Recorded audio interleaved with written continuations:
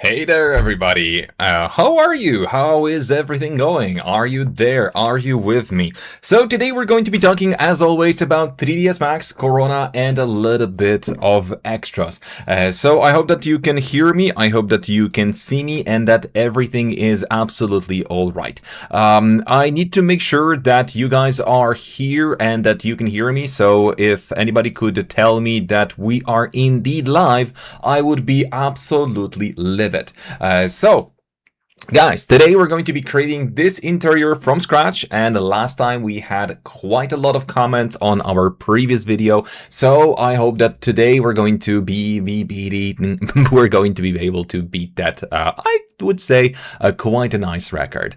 So without any further ado, let's just introduce ourselves. My name is Mike, and I'm a teacher for Viz Academy. Viz Academy is an online school that will teach you how to create photorealistic visuals in less than 7 weeks. Now, for a limited time, Viz Academy has an option for light version, which allows you to join our training for basically less than 25% of the original price. What does it entail? It's the whole package of videos and educational materials, but it excludes our webinars and live support. So if you're not up for the pressure of time and you don't like handholding, you just want to go through everything in your own pace, this is the offer for you. But it's very limited both in time and quantity, because we just want to make sure that everybody can get up to date with the newest and greatest technology out there,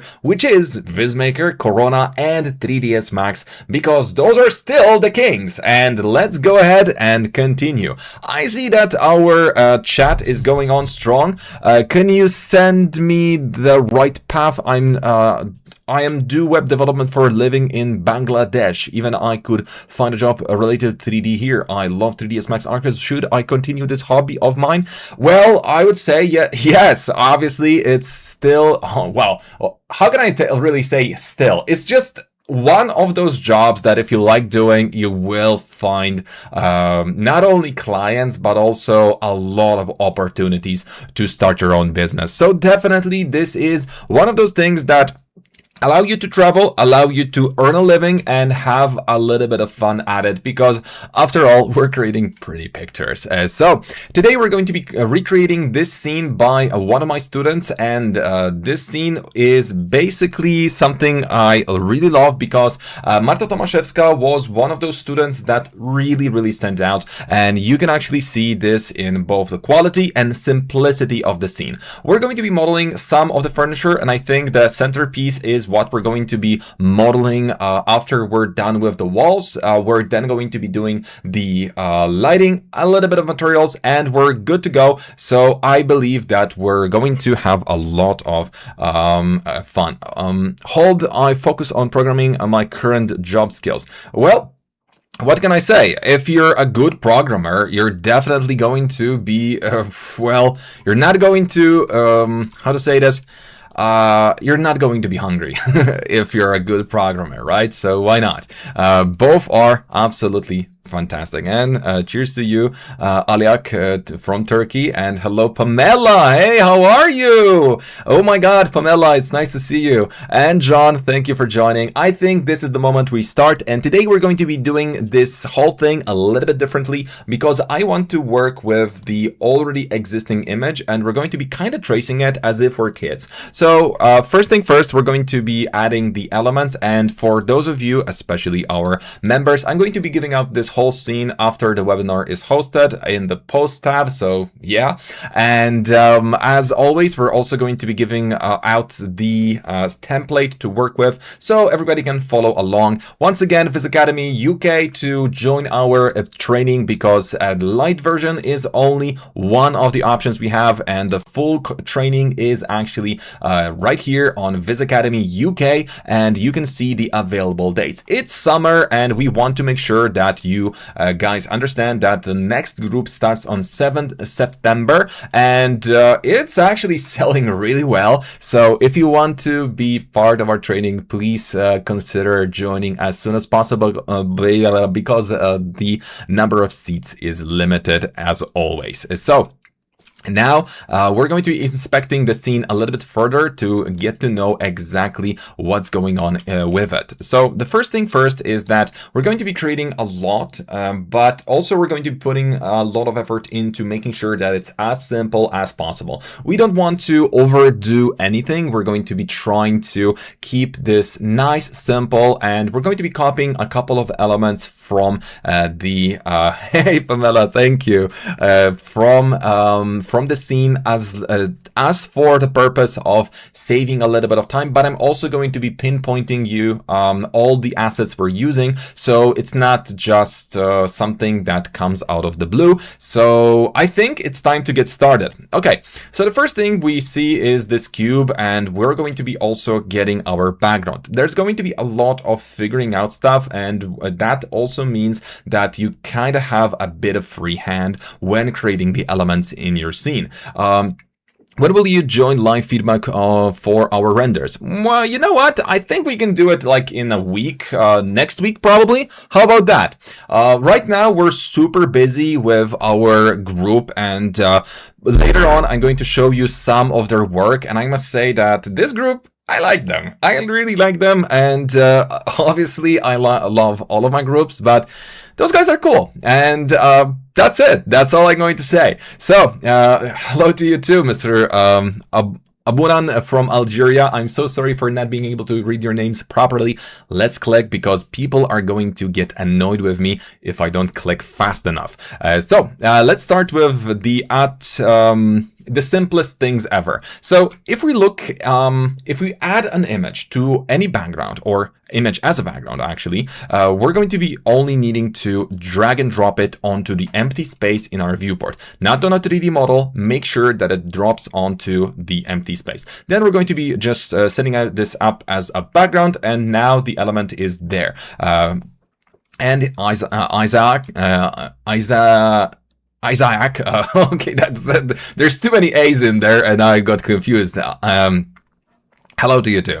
Now let's go ahead and now see the image is not added to any other viewports unless we specify that if we want to, but I don't. And we don't need to create the walls because they're already here, and we only need to build the windows. The windows are supposed to be simple, so as always, we're going to be trying to do it as simple as possible. Now, looking at the model by my student, you're going to notice that we never spend too much time creating windows, although we do have a lot of detail. How come that is the thing? Well, it's just that we need to be smart about it, because all of that detail doesn't need to be something that you create on your own. Because if we look at the model from the top, you're also going to notice that, well, I don't need anything that's inside there, but somebody already created that and I can actually use this. So I'm not going to be using this exact model, but we're going to do a bit of a trickery. So the first thing you do is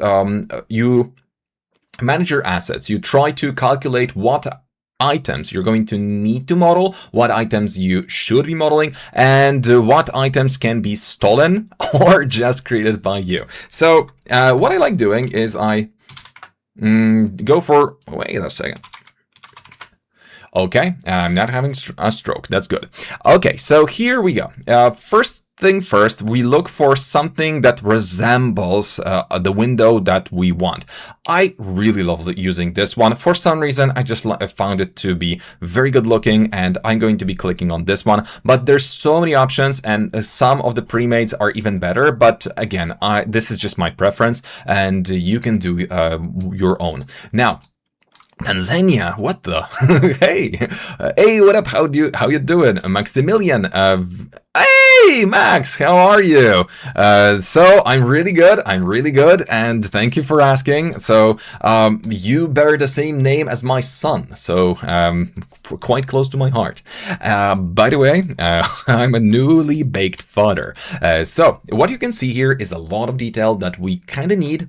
kind of want, but I definitely don't want to model anything. One of the options when downloading models from Chaos browser is to right-click, convert them to editable mesh, and then kind of stretch it out as much as we want. So that's one of the options, but I need this window to have a couple of more parts in it, right? So how do we do it? The simplest and the most hassle-free option for you when you're in a situation like this is to first clean up any glass that's inside, because the glass is not something we need, especially that we're going to be removing it anyway to for the materials to work properly, because if it's in frame, we go thin. And I'm going to explain how that works a little bit later. Now, we've got this middle part, and you can see that there's so much detail, and I kind of still don't want to model this. So now we can do the sweep modifier option, or we can go nuclear and just go the most hunga-bunga type of way that I know. And that's going to be exactly it. So we add symmetry modifier, and we go hunga bunga. So that means that we're going to be doing it in a smart way. So we move our polygons, or the mirror of our symmetry, so that we literally cut or spawn the symmetry of our object. Also, that gives us the ability to recreate or add new elements into our window. Basically just saving me a ton of modeling, as long as I'm going to be adding this in the right place. Now, I cannot place it exactly in here because I still need to make sure that the grid is set up the correct way. Right click on the tree here and make sure that you go for vertex, midpoint, go to options and enable axis constraint. This is something that you're going to probably need to do a couple of hundred times each time your 3ds Max crashes and you need to restart everything, but you're going to get used to it. Suck it up. Now, obviously you typically don't need to. Now, the next thing you do is activate another axis. In my case, it's going to be z-axis, and the z-axis works really well. You can see that basically we've modeled everything in seconds based on the already existing window. That's really fantastic because it saves me a ton of time, and I like savings. Now, if that's the case, we can now copy this at least once. And with that out of the way, we're going to do a shorter version because this symmetry trick is quite versatile, because now we can also move this a little bit closer. And again, do the exact same thing to the middle. And that's it. We're going to have a little bit smaller window. And again, saves us a ton of time on the modeling, and also we don't need to be that vigilant when it comes to windows. If the client is going to give us a specific model, then maybe I'm going to model exactly what they need, but I always reserve a small right for myself to be as lazy as possible, because I'm not going to be spending time, thus my resources, on doing something that's not going to be visible. So I never ever allow my clients to inspect the scene, and I never send the scene, because if they're going to see how awful those scenes are, they're going to refuse to pay me. And no, I'm not joking. I'm just cutting as many corners as possible because it's the way you make the most money. You don't need to be super precise about every detail. You want to create as little as possible, but also maximizing the effect visually. So I'm just going to be now moving some elements, making sure that they're easy to manipulate, and I'm not getting any kind of lost elements, and it's still going to be 100% perfect for me. Hi Mike, my question is, will AI eat up 3D visualization jobs? Should I even start rendering with AI, or is the Corona render over? I would say that Corona render is far from over. It's definitely something that you have to consider. AI is here, and you probably used it to write an email. So, I mean, the chat GPTs and Geminis and whatnot. If you're using that for emails, it's basically the same allegory. Are all the jobs that require emails lost because now AI can do it? No, because you still need some kind of creative input. You need somebody who knows what the text is going to be, and somebody who's going to read and review it. So that's going to be the gist of it. Is it going to speed you up? Yes. Is it going to make your work a little bit better and easier? Yes. Does that mean that you're absolutely obsolete? No, because for that to happen, for you to be obsolete, you would have to be a total mismatch in your skill set. I mean, no employer is going to just let you off because now ChatGPTs can write emails. No. The thing is that our industry is going through a renaissance. It's basically just people adapting to the new environment, and it's going better for some and a little bit worse for others. The key word is adaptation. You just need to understand that times are changing, new technologies will always arise, and it's like you were using a mental ray and Corona has came up. Is the 3D industry over? No, it's just now on steroids. It's faster, it's better. Everybody has so many assets to work with. So we're just faster. That also means that there's going to be some kind of hassle because you're that fast, you're going to need to deliver more. And that means that in many scenarios, in many occasions, on basically all fronts, you're going to have to do just one thing more. And that's going to be probably the thing that you also need to consider adding to your portfolio is animation, because animation is the easiest ever. I absolutely dislike the humans added by AI, at least at the moment. That's why all of my interiors are going to still stick to non-human elements or just ghosting in there. But I like doing those shots in a way that don't involve something that's specifically too artificial, because after all, our whole idea of the industry is to create something photorealistic, photo-like, and that's it. We don't need the cartoons in our industry. Okay, so what I'm doing here is I'm creating a box just so that I'm going to have some kind of lines that will allow me to align the elements in for the windows. And basically I could just use the reference image because that's basically what it's here for, but you probably remember that I'm trying to be as lazy as possible, and that's exactly what I'm going to stick by. We're going to try to move the elements as fast as possible and as little as possible, but also we're going to have some fun. Okay, now, hi Mike, how are you? I have watched all of your videos, but attending live for the first time. Maddie, thank you so much. That's really...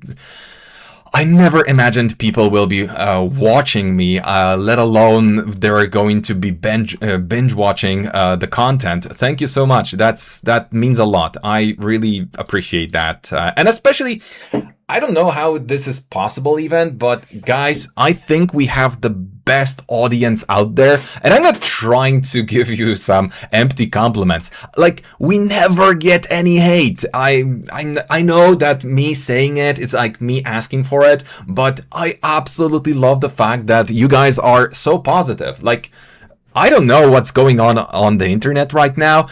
Whatever happens out there's always somebody just being nasty to others, but in our comments, you guys are just angels. Your mama's raised you right. Thank you for that. Okay, so here we're going to be now adding a little bit of extra detail for the window because we just need the extra stick in between. So now I'm going to be creating, you guessed it, a box. I'm not going to even pretend that we're not doing that. We're just going to make sure that everything we do is as simple as possible. And honestly, this is always something you should be striving for. Now, when it comes to material editor, we're going to be reviewing that way later because there's a lot to do in here, and I think we're going to be cleaning up all the materials regardless. But what I'm trying to say is that we're going to make sure to use the original material that came with this window, and we're going to also use the same IDs because I don't want to remake anything. And it's typically going to be super easy. Frame, metal, metal inside, rubbers around the windows, and the glass. So we know at least now that the glass is going to be thin, but I'm going to show you why and explain to you that a little bit later. So because the frame is material ID number 1, and I don't want to attach this yet, I'm just going to add a modifier that's going to be called material. Yes, material ID 1, because that way I don't need to dive into editable poly and find that one element. It's just a little bit faster. Now, with this out of the way, when I add multi-sub object to this object, we're going to have an object that's going to have it's going to have this material attached to it, and it's going to be ID number 1. So we're good to go, and it's super duper easy and clear. Now, is Slate mode better than compact? Yes, by all means, yes, always. Because compact is going to force you to do one thing. Whenever you create a physical material, you're going to have to grab and remember all the values always forever and each node that's connected to it. So if I'm going to create something like this, where I've got, let's say, a Corona, then we're going to go for Corona color correct, which I already need to predict that I'm going to be using. Then I'm going to use Corona bitmap, and then I'm going to add a leaf texture to it, and I want to go to the parent. Now, okay, what values did I add to the Corona color correct? Okay. Click on it. Okay. But what texture am I using? Okay. This one. Okay. Okay. So it already took me so much time, right? I hated that. But if we're going to go for Slate material editor, all I need to do is click on the object, click on the subnode, and I know exactly how many levels I have. So it's easy to see. Hey, Elvis, how are you? Hey, Mike, it's great to see you that this channel is still active. There's still so much to learn from it. Thank you so much. I really appreciate your presence here. It's always a pleasure to have you, Elvis. Super cool. Again, going back, we're now going to be creating the rest of the furniture. Well, now, as I mentioned, we're going to be using already existing stuff that we download, but I'm also going to give you a hint where to get the assets. Cosmos. That's basically where we are going to get it. But I think that everybody that's going to be a beginner is going to like the fact that we also will be modeling something very simple, but also engaging. So wait a second, because I'm always all over the place, you know, ADHD. So this is what we're going to be modeling just from scratch from the technical drawings that I was able to mastered. And now we're going to be able to create this furniture piece, and I'm going to show you how to add multiple mappings to one object. So it's nice and easy. We're going to be able to either do it by a trickety trick, or we're going to be doing it the old and very reliable way that everybody uses in the industry. Hey Mike, have you tried anything other than ArcViz, like doing cool 3D environment renderings? Yeah, Hassan, I did, but to be honest, the thing about cool environment renderings is that there's not a lot of clientele for it, and I'm not saying it's a bad business model. It's just that I am really good at visuals. I'm fast and I'm very efficient. So I earn quite a lot of money on this. So that's basically just me doing my hobby, because everything I do in 3D is basically my hobby, and me being here on this channel is not only my job, but also my hobby. So it's just so cool that you guys are coming here to listen to me, because you just help me. You're my therapy, you guys. I just love it. So let's continue. The thing that I'm doing is I'm trying to trace this furniture piece to make sure that we have the right height, the right proportions, but I'm also going to do a bit of, well, leeway here and there. The thing is that I always tell my students on Viz Academy training that you always want to start with something that's going to represent the whole volume of the of your object, but then you add the details one by one and you want to be specifically as close to a box as possible. Why? Because it saves you a ton of time. Now, after tracing this image, and well, because I already positioned the camera correctly, we're going to be now able to see that everything is more or less the right proportion. But we kind of also need to make sure that everything that is the right proportion is also in the right position, and we're going to be adding it the right size. So the thing is that we need 1, 2, 3, 4, 5, 6 of those elements in here, and then we're going to have the shelves, so a lot of arrays and a couple of extra elements. So basically easy peasy, right? And we're going to just take this as a separate model. So what I like doing is I first create the overall shape or the overall model for the thing, right? So now we're going to be creating another box that's going to fill in this area. And because we're doing kind of eyeballing of the scene, we're basically going to either rely on what we see in the viewport, so back and forth with that, or we can just YOLO it and pretend that we already calculated everything. Because we calculated that it's going to be 6 elements inside, I'm also going to be adding a couple of connections just so it's easier for me to see all the proportions. You can see that now we've got all of those lines. I lied, those are 4 lines inside, so 5 segments in total. And that brings us to a point where I'm going to now just create one segment and copy it a couple of times to make sure that we've got everything we need. Okay, so the first thing is to effect pivot only, center the object, and we're going to be moving this to the middle of that part. Why? Because we need this to serve as a centerpiece. And now we're going to be hiding on or freezing our main element, or we can just Alt exit to make sure that it's going to be a little bit easier for us to trace. And again, it's all about just having a little bit of fun. No, I'm not Bob Ross. So let's look at what we're aiming at once again. So what we're doing is we're now also going to be adding the top part, right? So also we need to have some box at the bottom and a couple of boxes inside. Again, it's just box modeling. So I'm assuming that most of you that watch us will be beginners or abetting designers. So I'm hoping that this is going to be more educational, and meanwhile, I will try to sell you a couple of good tricks along the way, but you know, it's just with hopes that everybody's going to get something for their taste. Okay, hello from Louisiana. Hey, Jeffa, nice to have you. As they say, work on what you love and you will never have to work again. Well, I have my own saying that work is only for poor people. That's why I have 2 jobs. I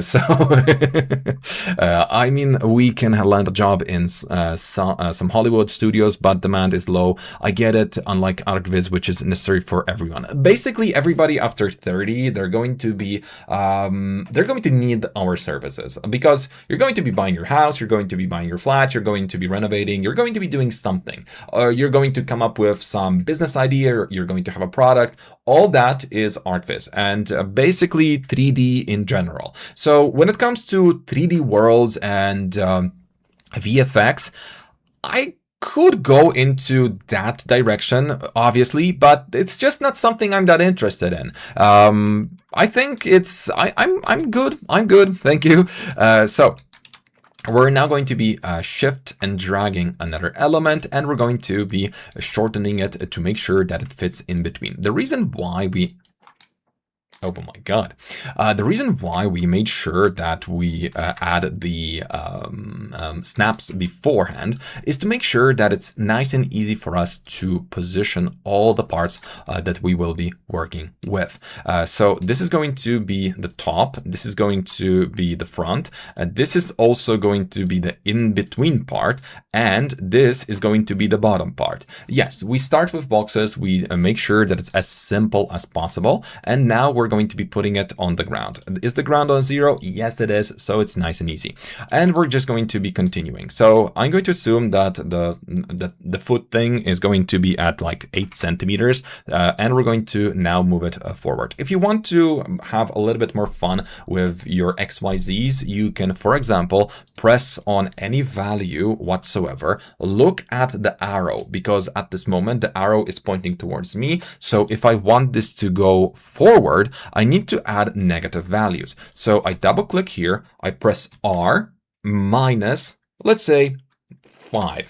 And now whatever value I had at the moment is going to be recalculated from that. So in my case, it's a little bit easier than just typing in some kind of nonsense. Or you can click here and change it to absolute values, which is exactly going to do the same as if you added the R in front of your thingy thing. So again, we're going to be adding this part, and I just want to still keep it simple, civil and nice. So we're just going to be adding those parts one by one, and I'm going to be moving those just independently, making sure that it's not over complicated.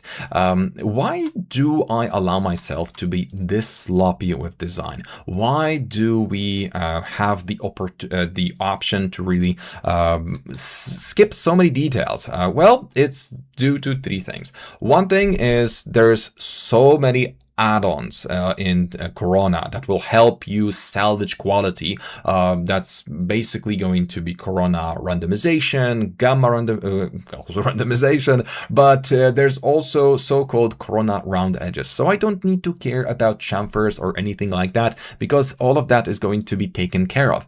On top of that, we're going to be also using VizMaker to polish our image at the end. Well, if needed, but definitely this is going to be one of those things where you just need to know what you're going for, and that's when you basically win.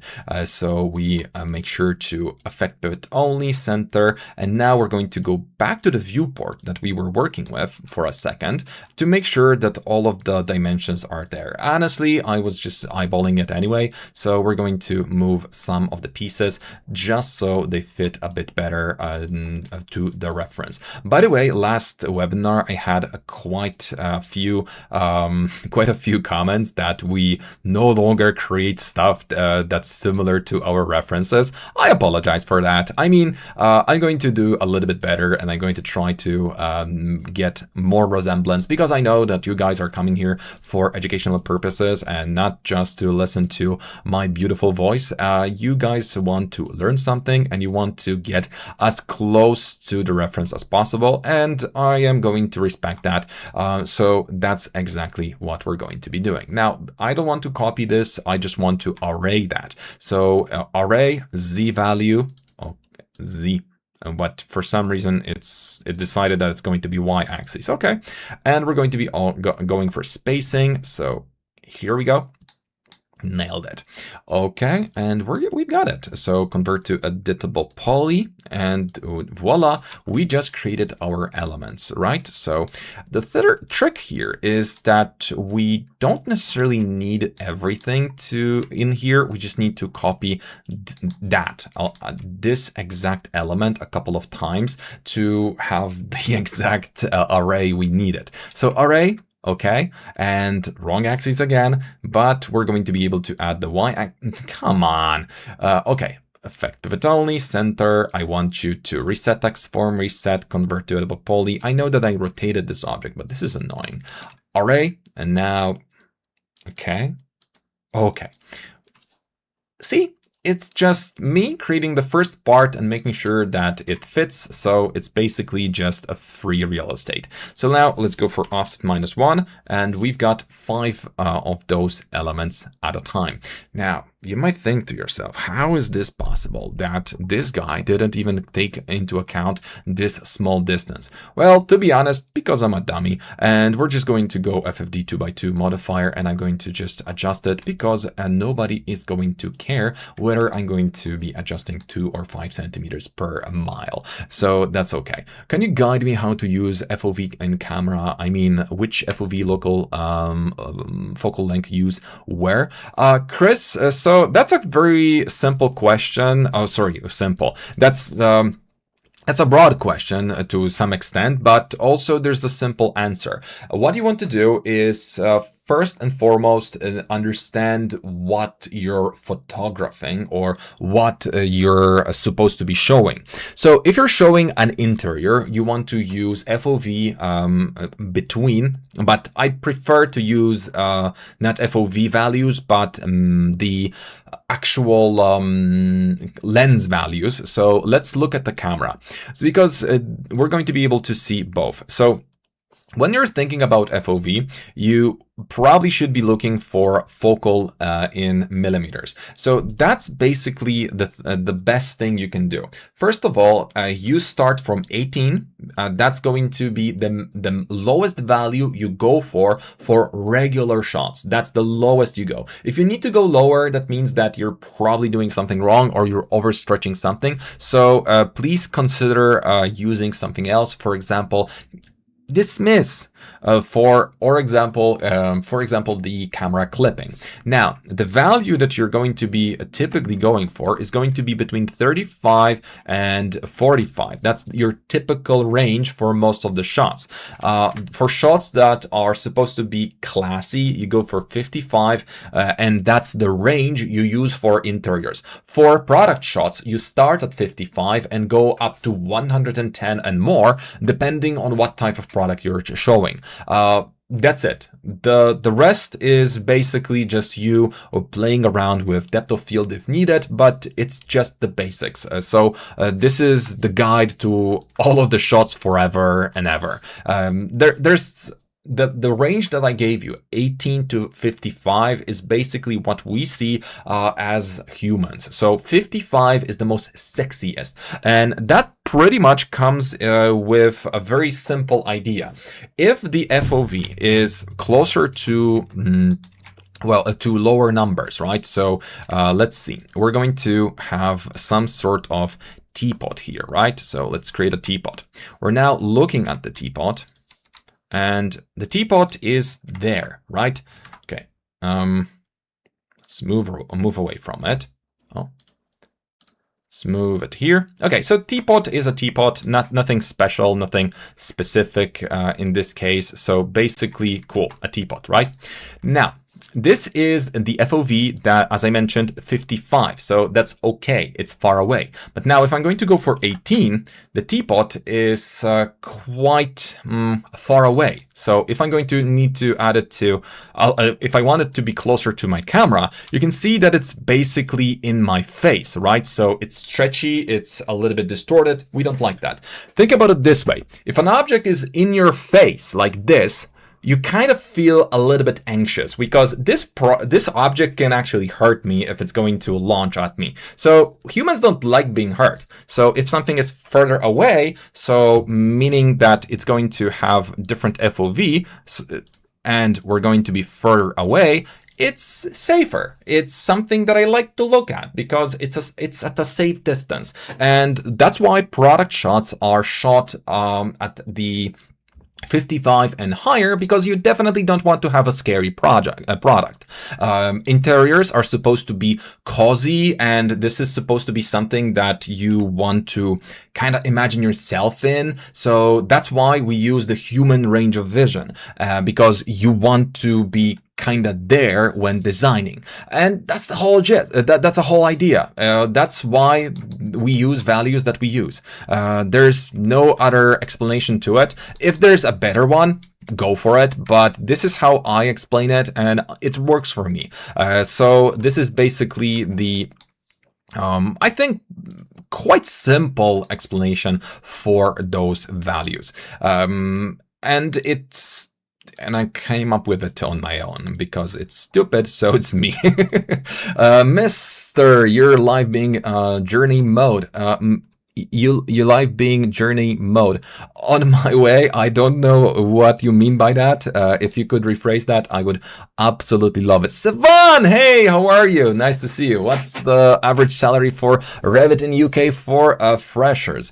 It all depends on the area, but if it's the fresh person with Revit, you're probably going to get slightly above the average salary. I mean the minimum base, because you're a junior. Somebody's going to be probably trying to extort your lack of expertise or your lack of experience, but at the same time, it goes up very fast. What's going to be very cool to hear is that only 3% of all architects and designers have actual architectural how to say this, certification. So if you're going to try to educate yourself for just a little bit longer and you're going to be just a little bit better, no matter what happens, you're going to be a specialist in no time.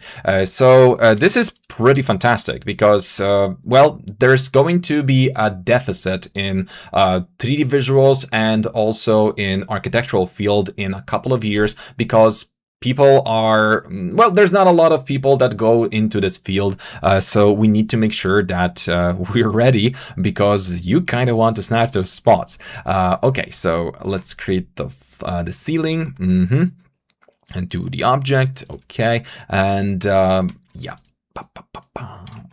let's go. This is going to be painful. Okay, let's go. I don't like 3ds Max 2027. I have a beef with each new version of 3ds Max, but 2027 is the first that I actually dislike. It's just, it feels alien. It just has this weird feel to it. So I'm going to say it, 3ds Max 2027, I hate you, and I hope that you hate me too. No, we kind of love each other, but you know. Mike, do you teach? Hey, I was reading that. Oh my God, Mikasa, hello. Hey Mike, how are you doing? Raise your hand if you are not AI. I can put a shoe on my head if you want. I'm joking, I'm not going to do that. We always got to make sure that you are not rendered in VizMaker. Oh my God, you've got the full package there. Okay, raising my hand. I'm here. Oh, also in front of my face, so I'm not AI generated mic. You know, nobody's pretending to me. Now. Hello from Switzerland, butting from Colombia. What are you doing there? Now. We've got basically the furniture pieces that we wanted. Now we're going to be creating the floor area, and we're going to be doing some extra work on the floor and floor generator. By the way, guys, I'm going to assume that you have floor generator, so excuse me if you don't, but I'm going to now sell you another small trick that you may want to start using in your scenes. Whenever you start any object in 3ds Max, by default, it's going to be created on 0z axis here, right? So it's here. Now, let's delete this, but yeah, I also created my walls that way. But if you're going to be smart, and I know you are, you want to go for at least -1 on your base object for whatever is under your floor. So we're going to go for -1 here. Now, you're also going to follow up with your walls with the same value, depending if the project allows you for that. But I'm going to go for -1 at least. What's the point or purpose of that? Because now, if I'm going to be creating my floor, and you know that I will, because I just told you I will, when I'm creating my floor, the object that I created is going to be on 0.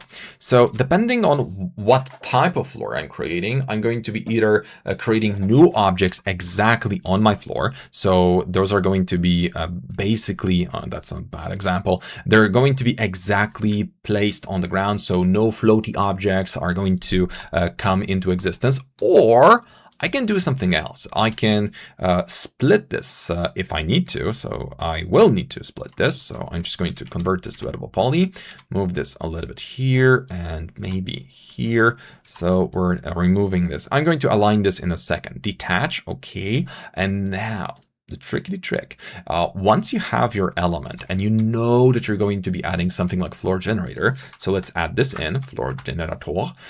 Now, there's a problem, because this object is slightly above the ground. It's slightly above the ground. If I create a new box, it's melting inside of my planks. Sometimes it's going to be an issue because you're going to add a carpet and it just pokes right through the elements in the planks. So that's going to look awful. If your carpet is very small, it's just 1 centimeter and something, you're going to have a really bad time because you can see that now my carpet is not visible, but it's in between the planks. So that's stupid. So what you do is go -1 on this object, and you ensure that the floor generator is going to be set to something similar. So what I'm doing is going for 0.9, 0.1, and we're going to go for gap that's going to be very small, 0.5. Now, also the reason why we added that gigantic box below our floor beforehand is to make sure that if your client is going to be a maniac that wants the gap between the planks or your tiles to be bigger, you're not going to allow the light to pass through, and it's going to hurt your scene. Mike, do you teach your student how to deal with clients? Yes, and we also teach our students one additional thing. We've got a super segment created by one of that requires a story on its own. But the thing is that we have a segment that's on marketing created by our CEO. That's Tony, because obviously I'm not the whole Viz Academy. There's a team behind me, and Tony is one of our CEOs, and he is a marketing genius with, well, you know, Viz Academy is not no longer the smallest fish in the pond, but that required a lot of marketing, and we also invested more than $1 million in along all the platforms, all the endeavors that Viz Academy is involved in. We invested over $1 million or even more at this moment. We gathered more than 2 billion views on all social media platforms, and that's something, right? And that guy just had an idea. Hey, how about I make a little bit of, I share my knowledge with Viz Academy students. And Viz Academy, out of all the schools, has this one segment that's really amazing, and it teaches you now not what exists, but how to use it. So marketing is obviously a huge part of any business. So you definitely want to at least have a bit of it in your curriculum. So that's exactly what we have, a bit of marketing for our students. Okay, so the planks, we're going back to planks. I typically want to make sure that I go from min to max. If any of you ever created any kind of floor in any interior, you know that for the floor to be more realistic, you need to have different length and different length only.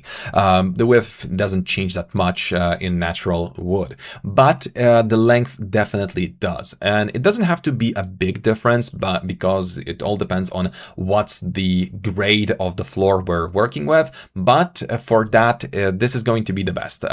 Also, the offset is a big no for me. I don't use it at all. But once we have that 20%, that difference of 40% on our plank, it doesn't necessarily change anything. So I'll just keep it there, but I don't use it that much. Seema, hey, my God, this is such a nice reunion here. I'm super glad that you guys came here. Thank you. Hi from Egypt, first time in live. Guys, welcome. I'm so glad that you're here. We're going to... Hey, smash those likes. I need more people here. Let's go. Okay, so we've got the floor, and those are going to be our tiles. Thanks to the fact that I don't care. No, I do care. I care too much. We're going to be just adding a couple of elements here, and we're going to be splitting this in such a way that each of those polygons is actually going to be an individual tile. This is essentially going to allow me to randomize my texture on this object. So while creating the scene, I'm already planning ahead for all of those materials and textures that I'm going to be adding. First time here too from Armenia. Oh my God, from surviving to healing beyond. That's such a cool name, and I hope that you healed already. So let's go. My God, guys, I'm really glad to have you here. I'm kind of I don't know how to say it, but I'm really, really touched now, because if you guys are here, it just means that we are gaining back our reach, and I'm so glad to hear this. And guys, just thank you. Let's continue. Now, let's look at the image. So this is supposed to be... this is a bit lengthier. Okay, so I'm actually on point here. So let's see if I need to move this element a little bit, because after all, we were supposed to be using this as reference, and I'm just nitty-gritty clicking away everything and not looking at it. So that's kind of defeating the purpose. But we've got all of the key elements in here. So basically, we're almost ready to render. I mean, not really, because we're missing so much, but just to test if we're actually going to be able to get anything out of this scene, we can just do a test render, and already it looks fantastic. It just works. So that's fantastic news for me, and we're going to continue. My general tip for you guys is never ever render at this stage, because you're going to fall in love with the lighting, you're going to waste so much time, and you're never going to go to the next stage. So just save yourself a little bit of that time and go for something else. Now, as for the curtains and all the elements like so, we can do a simulation of it, or we can do the most hunga-bunga thing ever. And I think the most primitive option is always the best. So what I like doing, and I use it a lot when dealing with simpler scenes, I just take a freehand and I just do this just for my curtain, right? Oh, thank you, 3ds Max. That's what I needed. Yeah, guys, do this. Do this. Why? Why? Okay, convert to editable spline, and we're going to just...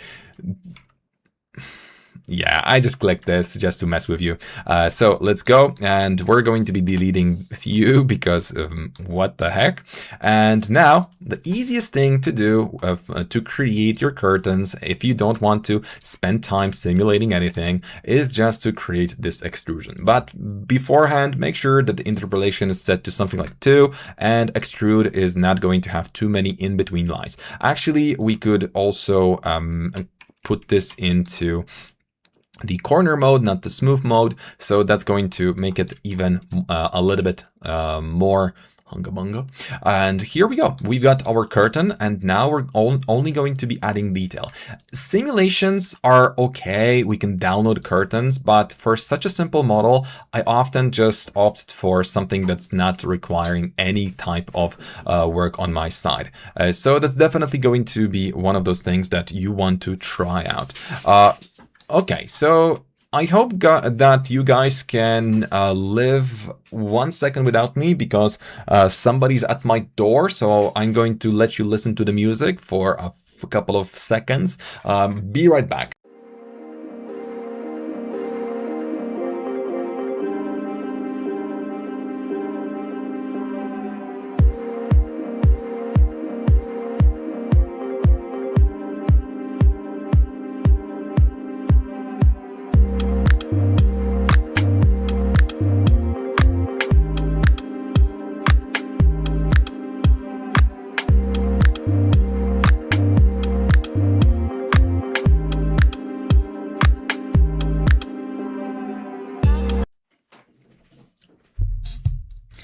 Oh my God, where's Mike?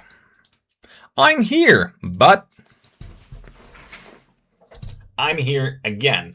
Okay, guys, let's continue. So the curtain is super simple. You can see that there's nothing super fancy about it, but at the same time, it's the fanciest thing you can really create, because it just took us 3 clicks, super simple, yet it's going to serve its purpose, and it's going to be absolutely amazing. So let's go to the editable poly, and again, we're going to be adding some detail because we can. No need for it, but typically for the bottom, I like doing this. Create shape from selection, linear, okay.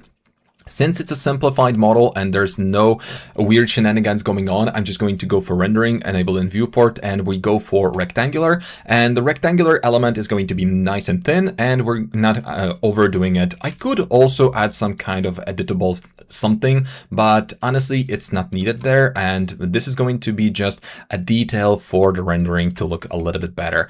Also, again, it's not needed, and it's definitely not something you are going to have to add each time. It's just a small detail that I like. Also convert to a poly, and we're going to be adding some borders in here. Perfect. Let's reattach this to our curtain, and we now have created super duper good looking curtain that's going to be absolutely gorgeous in our rendering. Turbo Smooth works with it, so you can see that this is perfectly perfect. And now we're going to go for noise, and because it's noise, and let's go for a little bit. I must be so annoying. Just wow. Let's go. We're adding a little bit of noise here, and you can see that the noise at the top is not looking the way I want it. But now the trick here is to use soft selection. So we're going to go for the bottom, select all that we need. We use soft selection, pinch, and we go for fall off a little bit higher. And now we've got all that out of the way. Basically that 5 is a bit too much, and I hate the scaling. So we're going to go for a little bit smaller scale, I guess. Okay, go here, convert to editable poly, and take away the turbo smooth before, edit, paste, got it. And now we've got super natural looking curtain that took us 5 seconds. Remember guys that if I'm not yapping all the time, I am super fast. So let's continue. Okay, that's too small, too small. So we're enlarging it. Still enlarging it, and we can use it for both the curtain and the main piece and the side piece. So that's basically going to be perfect. Man, we see Viz Academy stream, man, watch stream, man, happy. Oh my God, you guys are so nice today. I mean, always, but this is just beyond. Thank you. So let's continue. Here we go. We're adding a little bit of those curtains, and I think my curtains are flipped. So in that case, I'm going to do a trickery and just go for local rotation like this. So local, and we're going to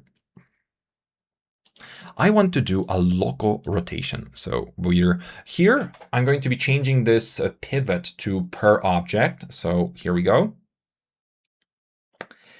Almost what I wanted, but I first need to make sure that the effect pivot only is here. And there's a shortcut with Alt and 5 for it, but I am not going to use it because it last time didn't work for me, and I'm not going to suffer through it again. Okay, so now convert to a poly. Got it. We can now go for regular view and shift drag it to create another copy of this just for this side. Again, scale it a bit, and now it's going to look perfectly perfect in here as well. And maybe I can move it a little bit closer. Okay. Meanwhile, guys, can you tell me a little bit about yourselves? Because, you know, I'm talking so much, maybe I can also hear something about you, because it's always nice to get to know one another. Since we have so many people frequenting our stream already, and some of you are here for the first time live, so I would love to hear a bit more about you. That would be absolutely lovely. Now, perfect. Actually, this is looking good. Oh, this is supposed to be on the opposite side. Okay, let's add it in.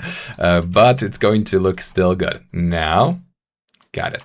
Okay, so here's another trick for you guys. Remember that thing we did with Symmetry at the very beginning? Look at this, because I could leave those curtains as they are, because it's going to intersect just a little bit, and it's not going to be big issue, because it's still going to look somewhat nice. But you can also do another thing, and that's going to be super duper cool.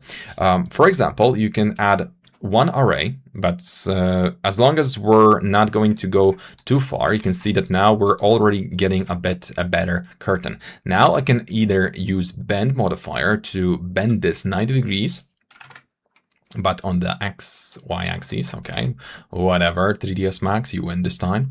And we're going to be able to basically change how this object behaves, but we need to add the limiting effect. So we want to bend it so that it actually fits our scene. So basically, I'm just bending the curtain to make sure that it looks more natural. But there's another way of creating something like a curtain if you want to be a bit naughty about it. So let's see. We don't need the array, actually. We can use symmetry as we did at the beginning and use the symmetry at the 45 degrees. So that now, so now we're going to be basically creating a bit of a curtain that's already connected to one another. And again, it's going to be just perfect because who's going to care? Not me. And that's basically going to be just an easier way of creating this kind of detail if your scene requires that. So that's another tip for you. Symmetry is your friend. And remember, guys, if your face is more symmetrical, it means that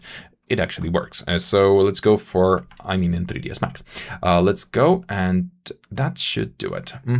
Whoa, thanks, Mike. You are teaching us cool tricks today. I always do. I'm Isaac from Nigeria. Well, it's my first time here. I'm 3D modeler. Been watching your videos, though. Thank you, Isaac. Thank you so much. It's really a pleasure to have you guys. Again, I'm just going to keep saying it. I'm the most blessed person ever to have you guys coming here and just being so nice. So again, thank you. Just got back from work, and instead of Netflix, here I am. Wow. Okay. Thank you. I appreciate that. Let's go. So here we go. I'm actually super happy about you guys. So now we've got this clean scene, clean slate, and I think it's time to model this piece of furniture, and then we're going to cut some corners to make sure that we get to a point of our material creation and lighting setup, because I know you know the drill. We're going to be using some assets that are pre-made, but we always need to create what's going to be used in our scene. So that's basically just us going through the motions. Okay, so here we go. For furniture piece, we are reading the dimensions of this. Dimensions are like so. Let's just type them in chat. 2752. X1536, and the X marks the spot. And now let's go. Now I'm going to be copying this from the chat, and this is basically just me being absolute animal when copying the elements. Okay. Yes, I'm super sloppy today. Sorry for that. Okay, so this is going to be proportionate to our reference image, right? So we don't need this to be by any means super accurate, but we want this furniture piece to be at least representative because it's a centerpiece in our shot. So we might as well just take some time creating it. Viz Academy in Corona, how you treat or low highlight burn produce by sun or HRI. Thanks. Following from Panama City, Panama. Thank you so much, Jose. So what can I say? In this case, when it comes to overburn from the sun, we obviously work in 3D. So we have full control over everything in the scene. So I'm probably typically going to be decreasing the amount of sun and increasing the amount of in the intensity of my sky to make sure that the scene is still nice and crisp. So basically, we're going to always make sure that the reference takes precedence. Okay, so as for this furniture piece, we're going to be now teaching you how to create those nice details on furniture pieces, either by generating them using extrusions or just by adding additional elements. But both cases, we're going to need to make sure that it's nice stitching visible in this case. Also, all of that spline, I guess, is going to be just us having a little bit of fun with the references, and we can continue. Hey Mike, I'm John, working on KBB industry. Saw need for in-house CGI to begin in Blender, but moved on to Max Corona 3 years ago. Whoa, that's awesome. You typically hear about people not necessarily moving from 3ds Max to Blender, but the opposite way around, and then they get almost religious. So tell me more. Tell me everything about you. I want to hear more about your transition and how is 3ds Max and Corona treating you, good sir, because I really want to hear more about your story. Okay. So this is our starting point. The funny part is that whenever you're going to be creating any kind of, let's say, bevels or any kind of fillet for your 3ds Max objects, I'm going to show you a cool trick that I use. So the first thing you do is make sure that you move your vertices so far out that the angle, regardless of what it is going to just take into account this edge, and it's going to take into account this edge. I know that it's barely visible, but we're going to be making sure that it's overlapping the whole thing. Why is it the case? Because if I'm now going to be using the fillet, we're going to be able to get the exact dimension that we need. So basically, we're going to save us a little bit of time. This works for any angle that you're going to produce. So if we're going to have some kind of different scenario, right? So we're going to do this outside. If I'm going to have something like this, an angle that looks like that, if I'm going to now create my line and I'm going to just do this, I'm going to stretch it out and I'm going to do this. Now what I'm doing is I'm trying to move this piece up until those edges align, but I do not allow it to intersect. So if I now use fillet, the fillet is going to go inside and it's always going to be tracing along those lines. Because those are multiple edges, or let's say multiple bevels, it's not exactly the arch that we were supposed to be creating. But when creating more complex shapes, it's going to be much easier for you to trace those individual angles, treat them as individual elements, and always trace along that edge, because again, the fillet that you're going to be adding to the element is going to soften that object to a point where it's basically going to be self-traced. And unfortunately, I cannot zoom in, so I'm kind of lost in here, but we're going to be able to do this and do that. Oh, now fuse weld, and now we're going to be doing that, and we're going to be doing that. So basically, we're able to trace any angle and any object whatsoever, as long as we're going to make sure that we've got line A and line B plus the vertex C only use on the outline of the edge, but we need this to be quite far away out. I hope that this makes sense, because I use this and it kind of works, so maybe my logic will work for you as well. So let's continue. So basically here, we can see that this angle is basically following the same thing. Original skills in pre-press. I learned Blender as proving ground and moved on to Max as it's the industry standard and lots more resources available. Much prefer Corona to Cycles. Thank you. I tried to tell one of my friends exactly what you just said, because I got one friend that's basically me, but in Blender. So he's so stubborn. He won't even try 3ds Max. You could pay him and he's not going to. That's because he's super duper stubborn, and I respect that. But at the same time, that kind of led to his detriment, because once he lost his job and he only had a very niche skill set, Blender, he wasn't able to find another job because, well, people are not hiring in the Blender factories. They're hiring in 3ds Max factories. Okay, so here we go. We can just do the same trick that I just told you about. Okay, here and here. And the fillet is going to give us the exact thing, but making sure that it goes a little bit further. And the fillet works the way I just described. And you can now see that, oh my God, I cannot reach that far. but we're getting the exact fillet that we needed, and you can see that it works perfect. So basically that's what we can do, but in this case I want to use a little bit different technique, where I'm going to go for not the fillet, but I'm going to go for Bezier. Now, if the Bezier is going to be like this, I'm going to still go for smooth and then the Bezier. So it's going to be perfectly up and down, and I can just scale it up to fit the exact shape that I'm going for. So basically there's a lot of things that you can use in 3ds Max just to get to the point that you want to force your model to get to. So again, it's all about just making sure that you use the right tools. Okay, Bezier for those two, and we're going to give you a bit of a nudge to the left. You go a little bit down, and you go, wow, you go corner, and you're going to be now a Bezier. No, a Bezier corner, sorry, corner, Bezier corner. And we're going to be moving you up.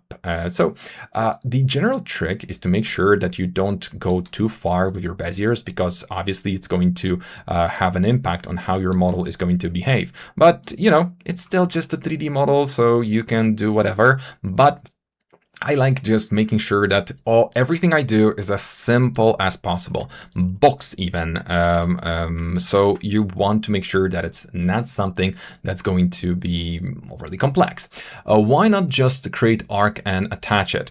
So the reason why I'm not using an arc in this case is just to show a couple of things, and I want this to be consistent, and I don't want to be aiming up and down with my elements. So that's basically the reason for it. But at the same time, yeah, you're right. I could just done that. But attaching elements means that I'm going to have to do a bit of additional work that I'm really not up for. So basically, yeah, I'm just being lazy. Okay, let's continue. Transition from Blender pretty easy. Modeling principles same, just get used to the tools. Corona far faster getting to good quality render than Cycles. Yeah, and Cycles has had a couple of I would say things that Corona didn't have for the longest time. For example, Cycles had the ICOT first. So that was something that I was kind of jealous about when it comes to Blender. You guys had it a little bit better for a while. Now, when it became the industry standard and everybody adapted finally, it's, well, I think that Cycles is good, but it lacks so much in terms of the how to say this, the resources, and at the same time it just lacks the innovative element in it. It's the same. It stayed the same for the longest time, and yeah, it's updated, but I don't think it's being developed the way other software is. For example, well, Corona, we have plenty more updates compared to Cycles. That's just what I think. But at the same time, I'm not an expert on Cycles. I'm just an expert on 3ds Max and Corona and everything else. And I know everything. Okay, so let's go. I'm just joking. Let's go rectangular. No, we need radial in here. We're going to go radio. And here we go. We've got everything. Oh, this is supposed to be also a little bit chamfered. So let's go ahead and add that. If I recall correctly. So fillet again. Filet mignon. Perfect. Love it. Now, this is going to look good, not supposed to. Okay, now, whenever you're going to plan on connecting two symmetrical elements with your splines, do yourself a favor and make sure to turn off the cap option. Yes, the symmetry typically takes care of it, but sometimes you're going to have that one vertex that's going to be a little bit too far, and you're never, ever going to guess where it is, because it's going to be trying to annoy you the most. And now, convert this object to editable poly. And we're going to be selecting one edge and we will be adding the symmetry modifier. By the way, if you don't want to be as annoying as, if you don't want your 3ds Max to be annoying, you want it to be working for you, and you want to save a little bit of clicks, and you want this to be less beginner friendly, go to configure modifier sets, and here type in 8 and go ahead and add all the modifiers that you use the most. So for example, for me, that would be turbo smooth, then it's going to be chamfer, shell, because we shall use it. Extrude, that's super good. Now FFD modifier 2x2, I love it. So that's it. Symmetry. Symmetry, then what I like using is basically just detailed modifiers. So for example, since I got 2x2, I'm going to also add 4x4, and FFD select is not something I use that much, but that's definitely going to be helpful. And last but not least, the UVW map, because we're going to be mapping a lot of objects. Okie dokie. And now let's go ahead and show buttons. So now we're going to have all of those modifiers nice and easy, accessible here. No, you're not, Thor. You're right on time. So just take your seat and let's continue. Now convert this object to a poly and we should be good to go. There's a small snake in here, so Alt, wow, let's delete. that didn't happen. That didn't happen. Now Bezier bridge, yes, we're bridging those, and that's oh my god, I actually had that problem. Now we're going to do the same thing here, so let's welja. Gotcha. And weld. There's a 7, 12, perfect, perfect, and perfect. Now, we could add turbo smooth to this, but I'm pretty sure that we don't need to, but for the final render, we will. Okay. Corona really need to bring real-time zoom in frame buffer. I have a list Corona should definitely add to features, but since Corona 12 or 11 or 12 updates, it's all about cloud and AI and rendering. I mean, what do you mean by the zoom? Because the zoom is in frame buffer. What do you mean by that? Because if you open up your video frame buffer, you can zoom in and render on that zoom. And that's basically it. And also you can use 2D pan zoom mode, which is essentially exactly what you're talking about. So I guess I disagree with you. That's already there to some extent. So let me know if there's something else that I missed. So maybe we're going to be able to actually tell the Corona guys to add it in, because you might not know it, but the Corona developers are actual humans. And I mean it, they are. And they do add the stuff that people ask for, but you just need to be vigilant. You need to be absolutely sure that you want that feature. Now, you see this little icon here, the Corona decal? Yes, that's not me. That's actually not me. But what I would lie that is me is going to be the Corona pattern modifier. Corona pattern modifier was something that I proposed to Corona team at the very first, as a very first post on their forum, like how long is 12 years ago, and you know that it came to life in Corona like 6 years ago, so I only needed to wait 7-ish years for that feature to be added to Corona. So you just need to tell them and they will do it. Just you have to have a lot of time on your hands. Obviously, they had so many things on their hands before, and more priorities. So I'm not saying that they're supposed to be adding everything I tell them, but they did just 7 years later. Who's the winner here? Let's continue. Now, For objects like this, you don't want to start with something that's going to have more than 16 or even 32 edges. You want to keep this number to minimum.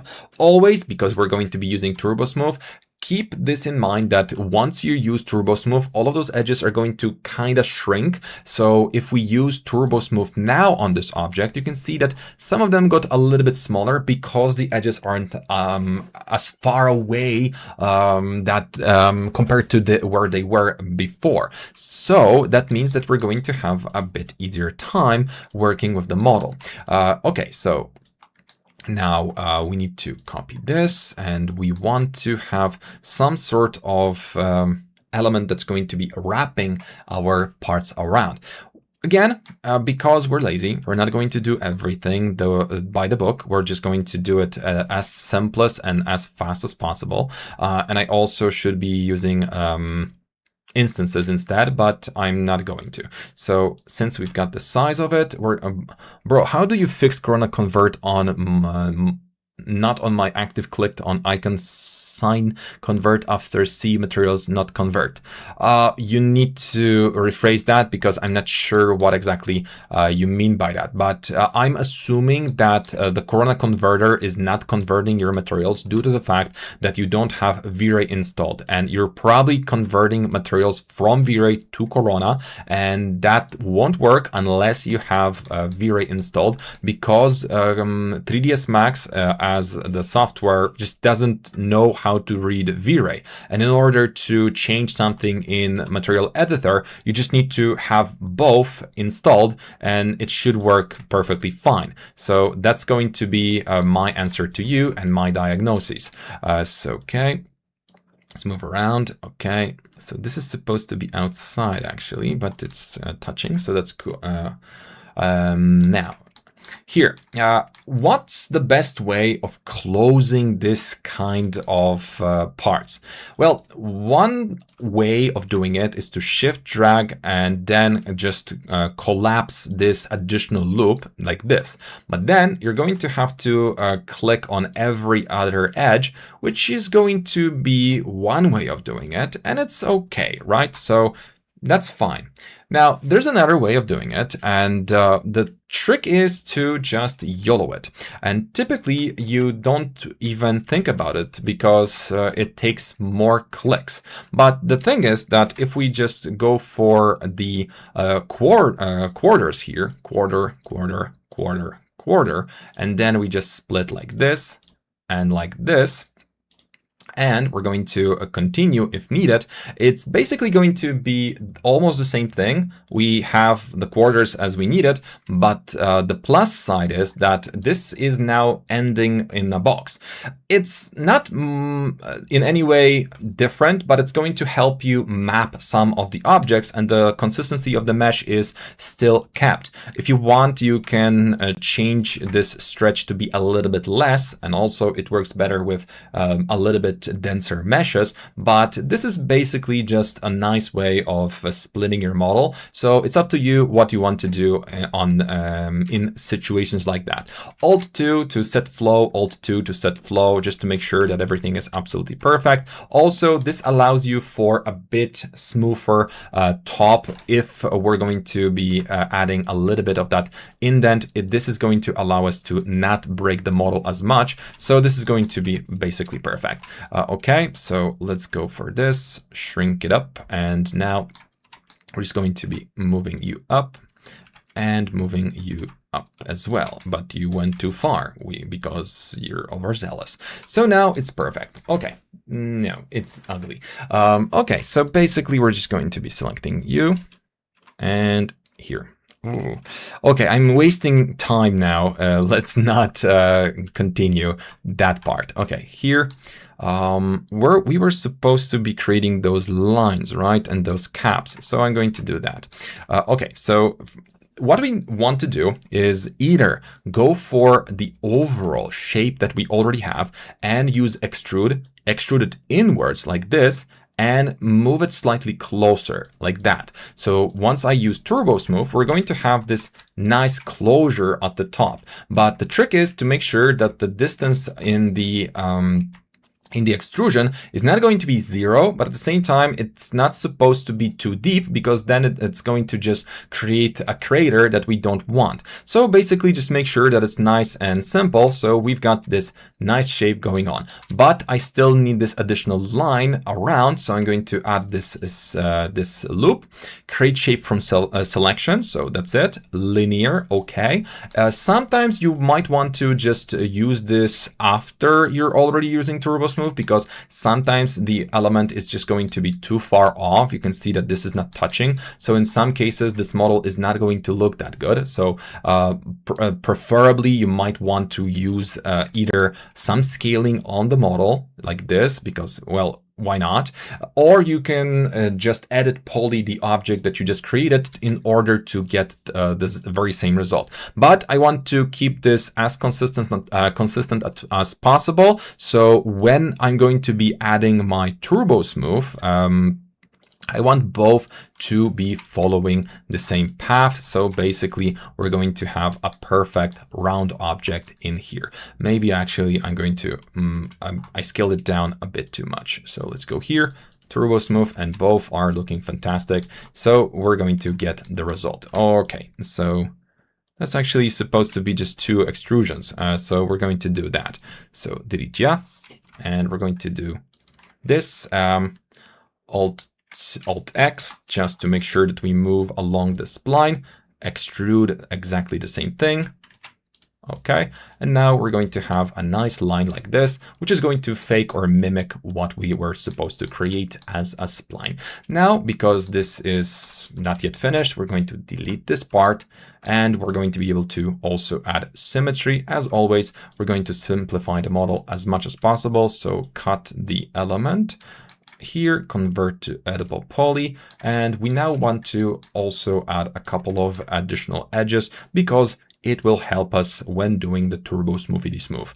Okay, so here you never want to overdo your models, but you also don't want to make them too simple, right? So I'm just going to be moving some parts in here, but not the rest, because I just want this to be a bit bulkier, but also I want this to be a bit more natural. So basically I'm moving some elements, not all of them. And now we can see that it looks nice and actually like as if somebody cared for this model for a while. So let's copy the modifier and delete it for a second, because we're going to be reusing this part. And the reason why we actually used the method that I just shown you instead of any other is going to be now revealed, because this is going to be an easy model to work with, I can just grab it and just like that, stretch it out to create the sitting area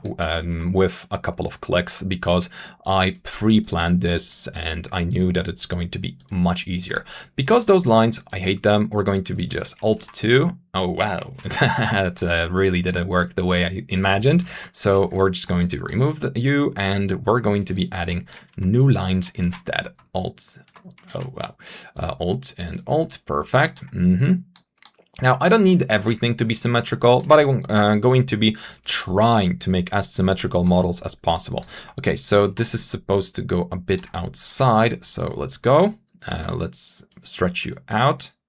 And now we're going to be adding 2x2 modifier just to fit into the elements, just like the model suggests. So we've got this done and dusted. So basically, we're good to go. Oh, and because the 4x4 modifier is going to allow us to do this, we're also going to have a nice sitting area plus some of the frontal element just poking towards our viewer or somebody who's going to be sitting on this. And we now can go for editable poly. And here we go, attach and attach. Perfecto. Now all of that is done, and we've got basically the same model that our student had. So Marta, I hope that this is at least as good as yours. So let's continue. Love how this workshops, love these workshops. Thank you for the honest and neat work. Brida, thank you. In vray, when you right click in a frame buffer, there's an option to zoom in, which is really helpful for material creation. You don't need to do 2D pan zoom mode in vray. Am I wrong? No, you're not wrong, but I don't think it's... I get it. You just want a feature that you want, so that's obviously okay, and I see no problem with that. But whenever I do something like this, I just do 2D pan zoom mode, and I zoom in, and this specific area is going to be rendered. So that's basically how I work with my scenes, because I kind of got used to it, but I get what you mean. It's just convenient. Also, vray has a much better vignette. I think that that part is super amazing. Do you? You don't use scripts? I don't. I mean, I do sometimes, but typically I don't, because I don't need to. So this is how I do my models, and sometimes I just, if I want to zoom in on something, like you just said, all I need to do is click on this 2D pan zoom mode, and because it's super accurate, I'm going to have this option regardless. So basically, that's it. I'll also set focus to this point. And now we've got everything we needed. So basically that's it. And looking at this model, you can also see that we need some good mapping on all of those parts. So how do we achieve consistent good mapping on our model, and how does this work? So the best thing you can do for a model, if you really want to put a pattern on it, is UVW unwrapping. But because we are not going to be stupid, we're going to try to do it the way that's going to save us a ton of time. So how do we really do it? Well, the thing is that when creating our materials models, our models materials, you kind of want to take the battles that are worthy of your time. So for example, if I'm going to be now creating something that's going to be part of my scene, I want to make sure that we also go through the elements one by one. So again, we're going to go for Intel in blah, blah, blah, blah, blah. Corona is here. So I need to now add materials, Corona physical material. From there, I'm going to select any type of Corona bitmap that I'm going to be using. Let's say that it's going to be letter or something like that, because I reset 3ds Max recently because it had some critical error and I needed to restart everything. I just don't have anything on me. So let's take VizAcademy textures that we also give to our students during the training. By the way, guys, if you're interested in becoming my student, go to VizAcademy Co UK, and there you're going to be able to click on the available dates. And here you're also going to see a bit of a surprise, because right now we're also offering the light version of our training, which is basically all the recordings and all the educational tasks that you're going to be given without the support and without our live webinars. So basically you're going to get exactly VizAcademy experience without me telling you what to do. So that's one plus, I guess. But at the same time, you get it at a quarter of the price. So that's going to be something very cool. Also, if you want to be part of September's group, just a heads up, the spots are filling in quite fast. So if you want to become my student, probably you want to consider it soon. Okay, so because I don't want to add any kind of mapping to this model, I will be also making sure that this part is going to be taken care of, and the best way of to take care of it is use 3-planar mapping. 3-planar map is just going to quite literally open up this for me, and it's just going to map the object as it is. So what's the key element here? Why is 3-planar map the map to use on objects like this? Because, well, I'm going to quickly show it to you, but we're not going to be super accurate about the map yet. So if I'm going to just add 3-planar mapping, you can see that by default, it's mapped perfectly fine and no issues are found. But if instead I'm going to be adding some sort of mapping, I'm almost certain that in some cases, the mapping, if I'm going to set this to box, is going to be somewhat bugged out on those elements that I really will be pointing towards my viewer. And this is going to be somewhat problematic, especially that it's just visible. It's just there. And especially and with edges that change so frequently on surfaces like this, it's going to be visible. But the 3-planar map has one cool feature in it, and that's the reason why we use it. We use it because it's going to have blending, and blending allows us to avoid any kind of those stitches, because it's just blending in the texture, and since it's using the same one, it's just going to look a little bit smoother and easier.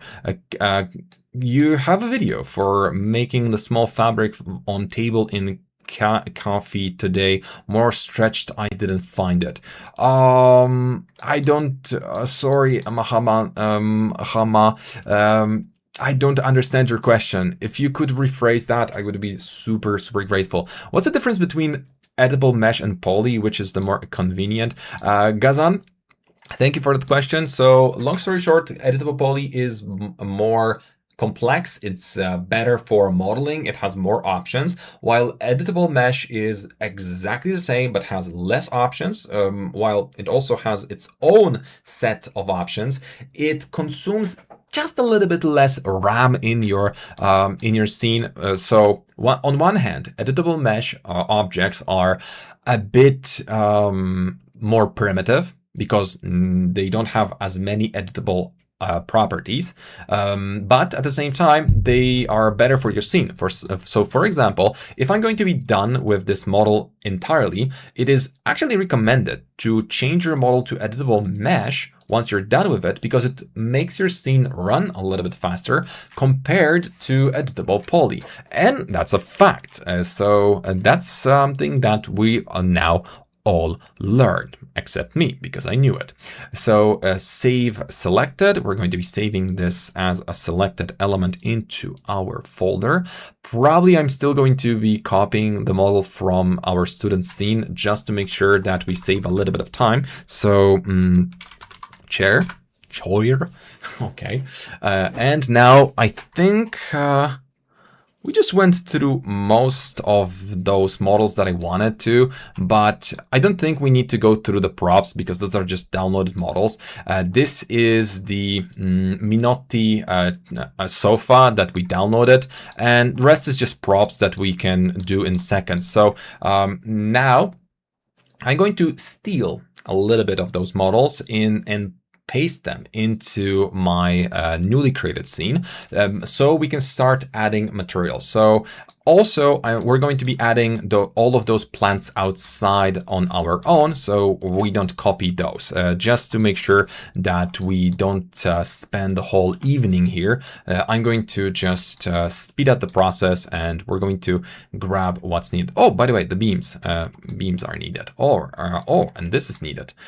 Yeah, I forgot about a couple of elements, I see.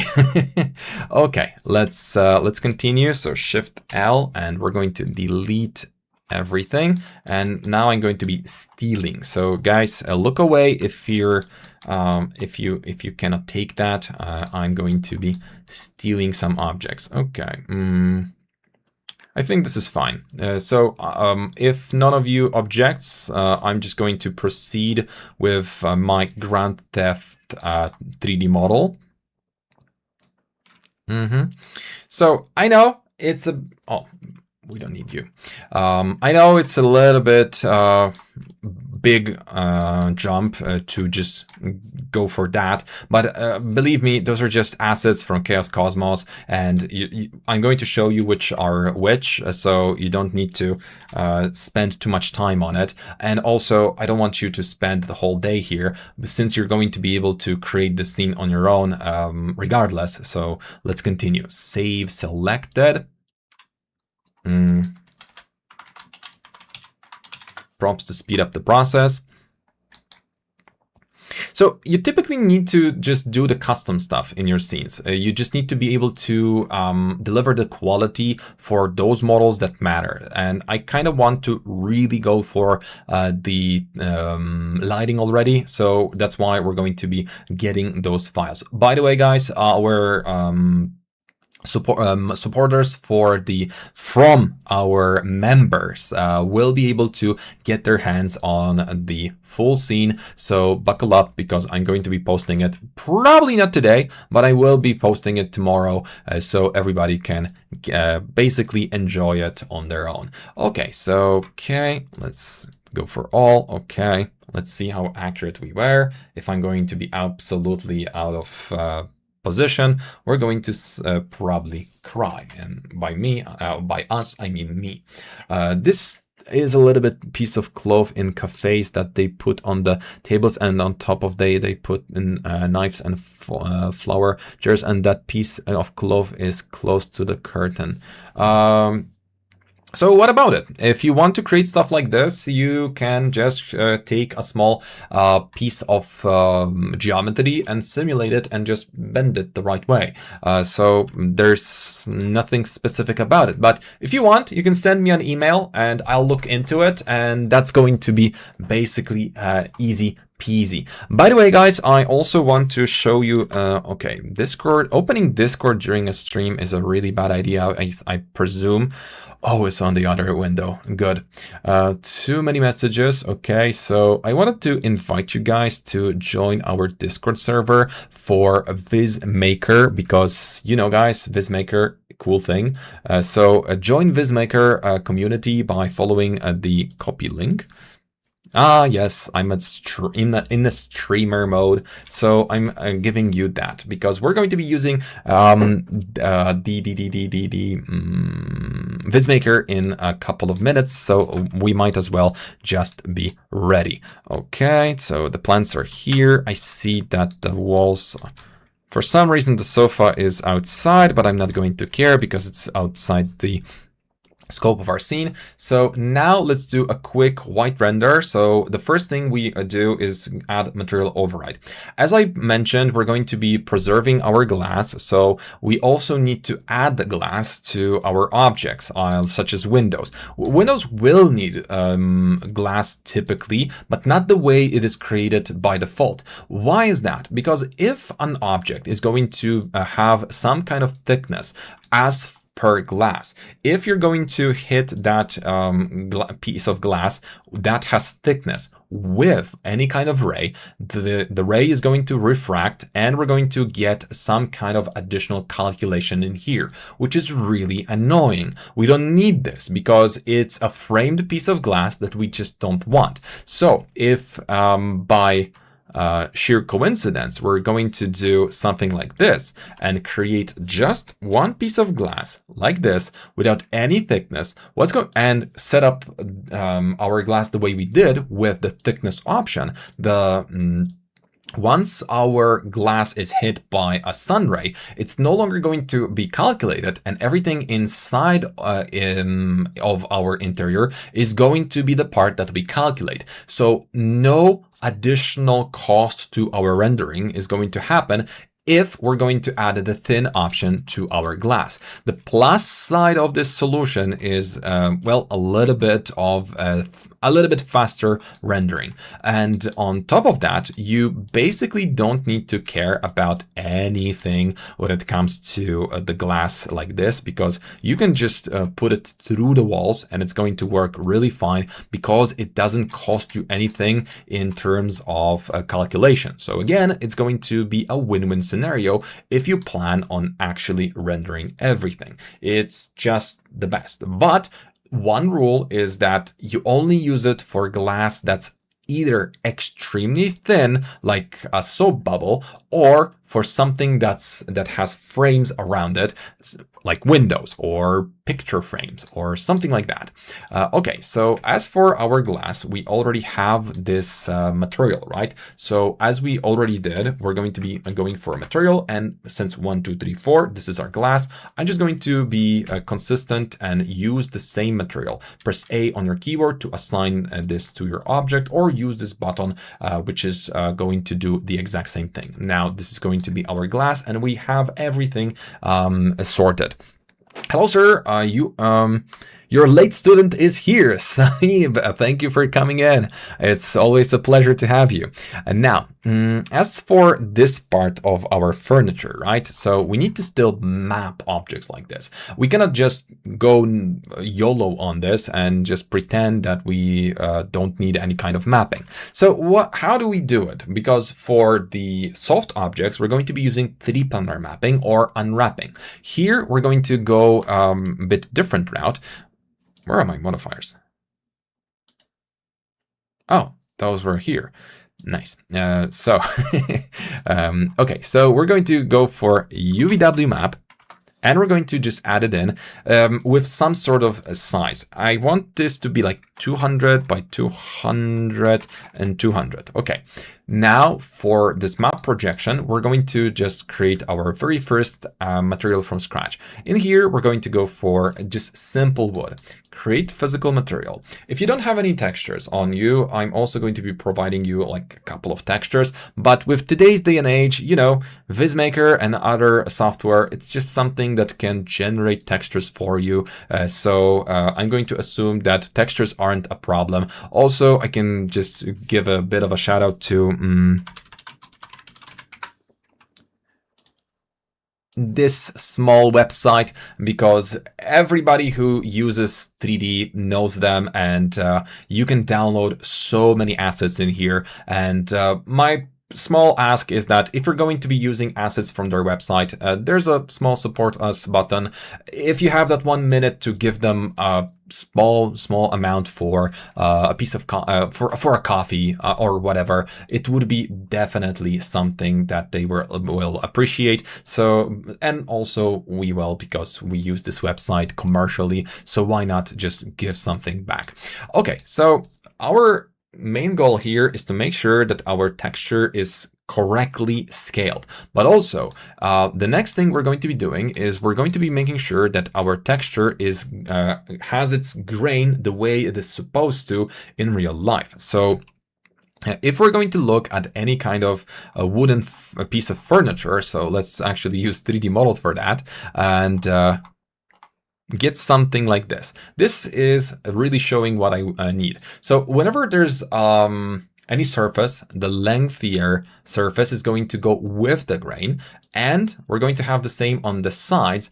And typically we want to make sure that our anything horizontal is also going to go with the grain. It changes from time to time, but it's generally how the wood works and how the structure of wood is built, because essentially if you want something longer, you want to cut with the grain, because, well, that's how 3D grows, not just big bulky objects. So that's essentially why we want to keep this consistent, so our viewers are not going to have that, what the heck is wrong with this? I don't know what's wrong with this, but I hate this because it doesn't look like something I'm used to. That's definitely what they're going to say. So here we're going to be adding 150, 150, 150. Now we want to at least have one type of objects, either horizontal or the vertical, that will be that will have the proper mapping. So I'm just going to rotate this mapping by 90 degrees, and you can see that now all the horizontal objects are going to have perfect mapping. So that's job done, right? Not really, but yes.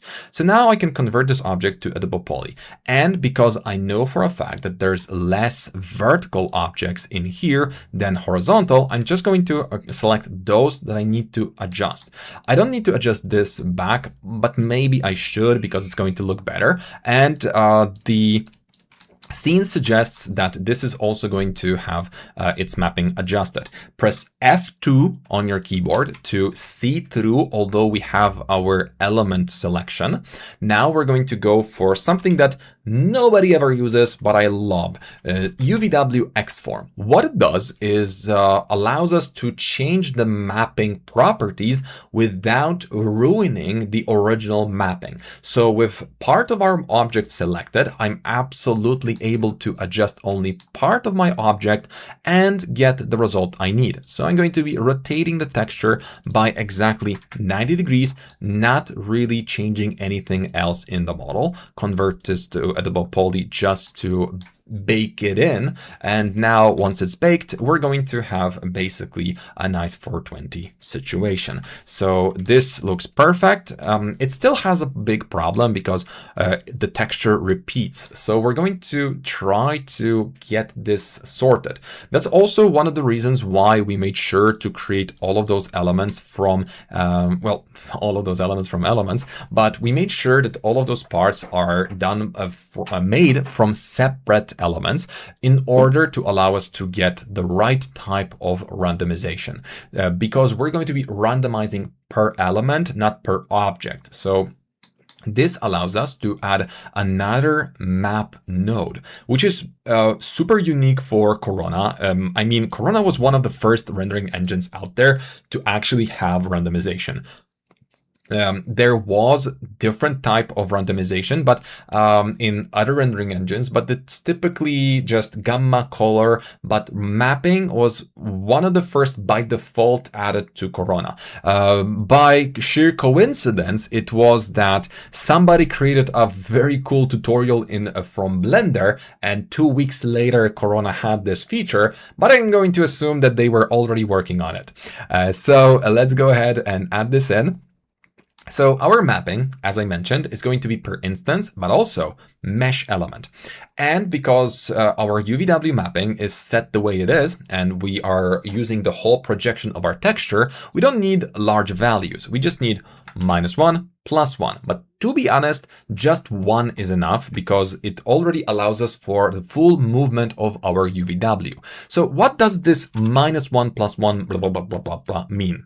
So it means that if we have any type of mapping, and I'm not going to be applying this, I'm just showing you something. If we're going to have some kind of mapping on our object, +1 means that this, that our mapping UVW map box is allowed to go from 0 to +1. So it's going to take any random position in between 0 and 1. So it's just that. Also, it's going to be allowed to go up and down, left and on all 3 axes. So basically, we're going to have super duper good mapping per each element. So each part of our model is going to be getting individual mapping. And again, it's going to be super good because it just works. So in this case, we want to go for -1, 1, 1. Typically, maps and textures are just going to be projected in X and Y axes. Although we're using 3-dimensional mapping, we're still kind of working with 2-dimensional image, so the z-axis doesn't matter in this case, but it does matter if we're going to be rotating our texture because it's going to be spinning like a pizza.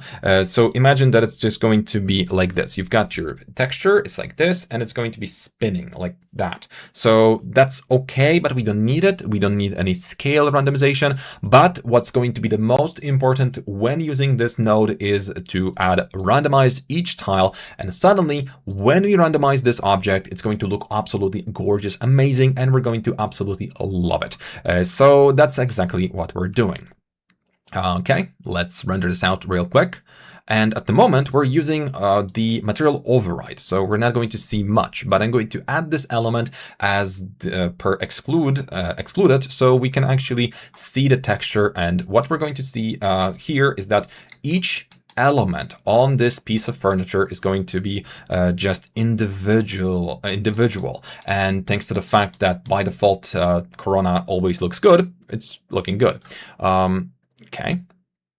Let's wait for the tone mapping and all the settings for later. This is not really important. By the way, new Corona has the chromatic aberration, which I love. So, okay, we've got this element, but we need now not only the reflection to be correct, but also we need another very, very, very important part, which is the chamfers that we mentioned. So in some cases, adding chamfer is going to be the play, because if we add chamfers, this is going to look better. And when you see the corners of your model, it's suddenly all of them pop. It's a little bit better. It just is.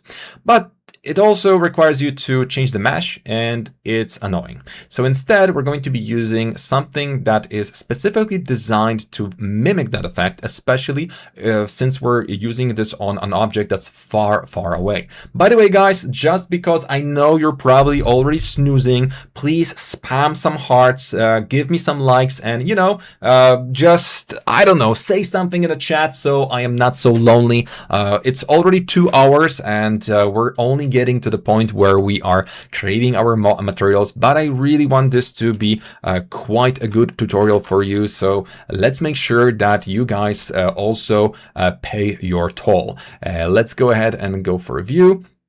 And although one of our viewers doesn't like it, I'm going to be using 2D Pen 2 mode.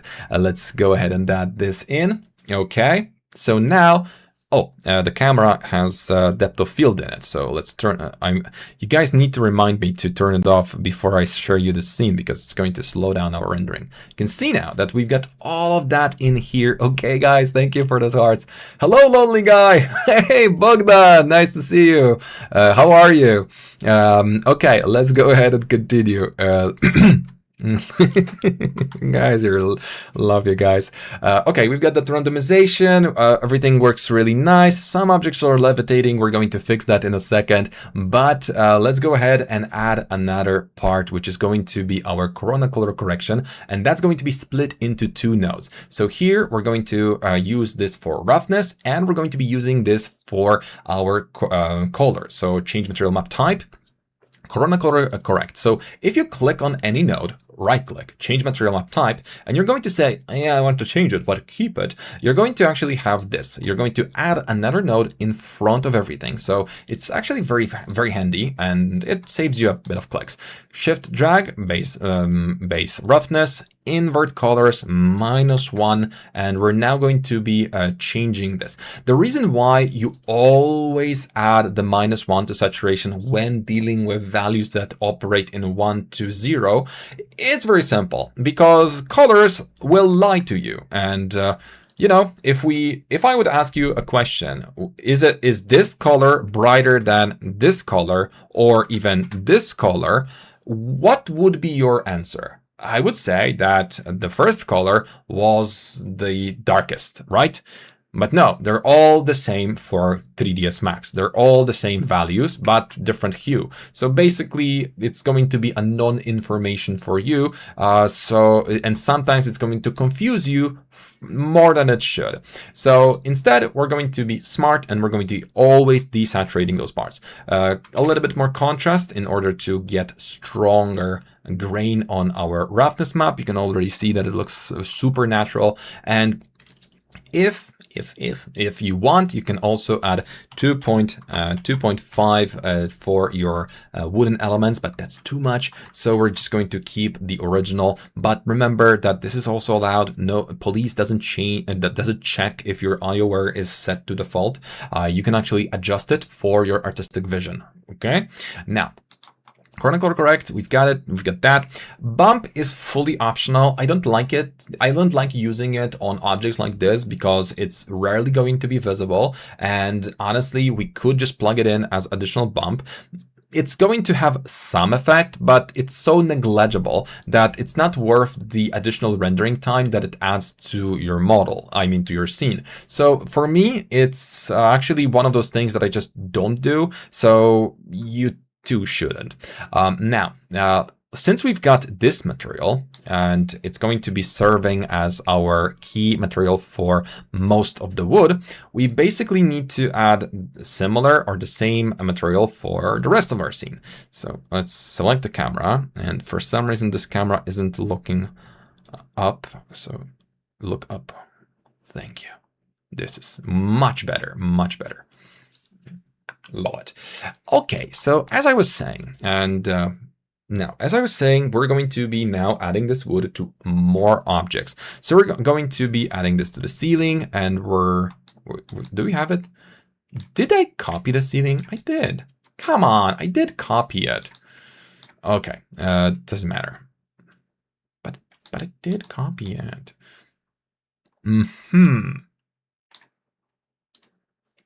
Oh no, I didn't. Okay, I'm a dummy. Okay, let's go ahead and actually create the ceiling then. 1 second, guys, 1 second. Too many scenes open. Let's stop rendering. Is it better to use Corona physical material than Legacy? Yes. The answer is yes. If anybody suggests otherwise, no. Yes. Always. Forever. Yes. It's so much better.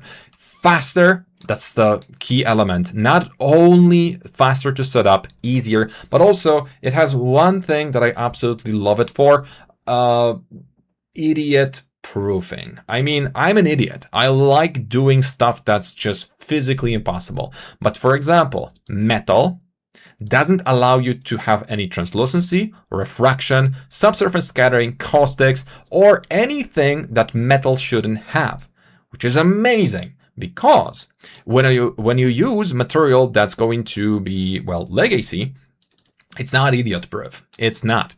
So if you're going to have refraction and you're going to have reflection, you can create every material that doesn't exist actually in here, that's going to be absolutely horrendously bad for your rendering, but you don't know any better.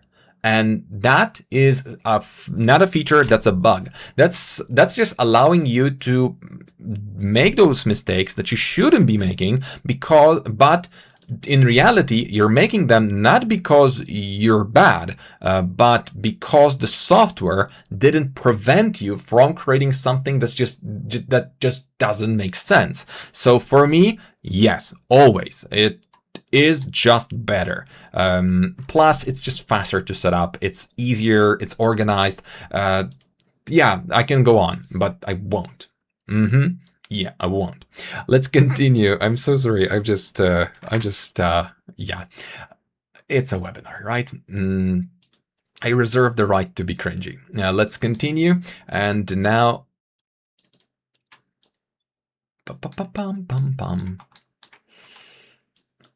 making those elements, okay, approved, added, got it.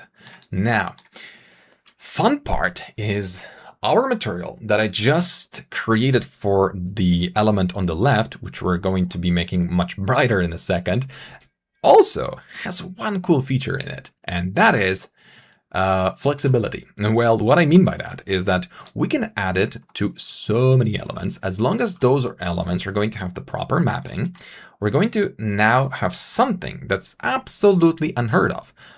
Good materials. Yeah. So let's just also unlock this feature in here. So exclude it. Okay. Now, we should be seeing some of the wood incorrectly mapped on the top, so we're going to be rotating it in a second. Incorrectly mapped floor, we're going to be correcting that in a second. Also, because floor doesn't need the round edges, I'm going to create a copy of this material without it. So this is going to be a bit easier on my sanity, which is already gone. Now, what we're going to be doing here is we're going to be first rotating the texture in here, so UVW X form. You don't need to change the mapping entirely. You can just adjust it on objects that are already properly made. You don't need to start over. You can just adjust it, which is powerful. Also, where's the ceiling? Come on, go lower. Come on. Perfect. Good boy. Now, as for the ceiling and the floor generator, which should also be tile generator for some reason. Now, if we add a UVW mapping, the same UVW mapping we did on everything else, because it works per element, each plank is an element. So we're essentially gaining infinite amount of individual, high quality, original planks, which is again amazing. And I think it just saves us so much hassle, so much trouble. It's just good. It's just good. So here we're going to be making sure that we rotate this to the right axis. And as we already established, it's going to do its job perfectly fine because it's going to be doing the UVW randomization, but we still need to do the same on the planks on the floor because they didn't get the memo.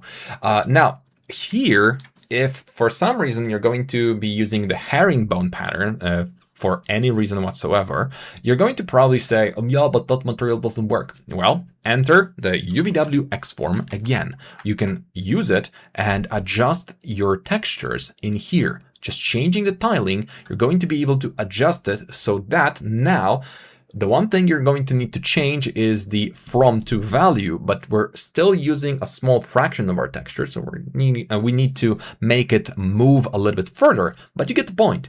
It is so flexible that I'm absolutely scared of it. It's just perfect. And now we're back to square one with the same material, same settings, whatever. But now instead of X form, because I don't want it, I'm going to save myself a bit of hassle and add this material in the right scale to begin with. So it's again easier and a little bit more nonsense free. So here we go. We've got the floor and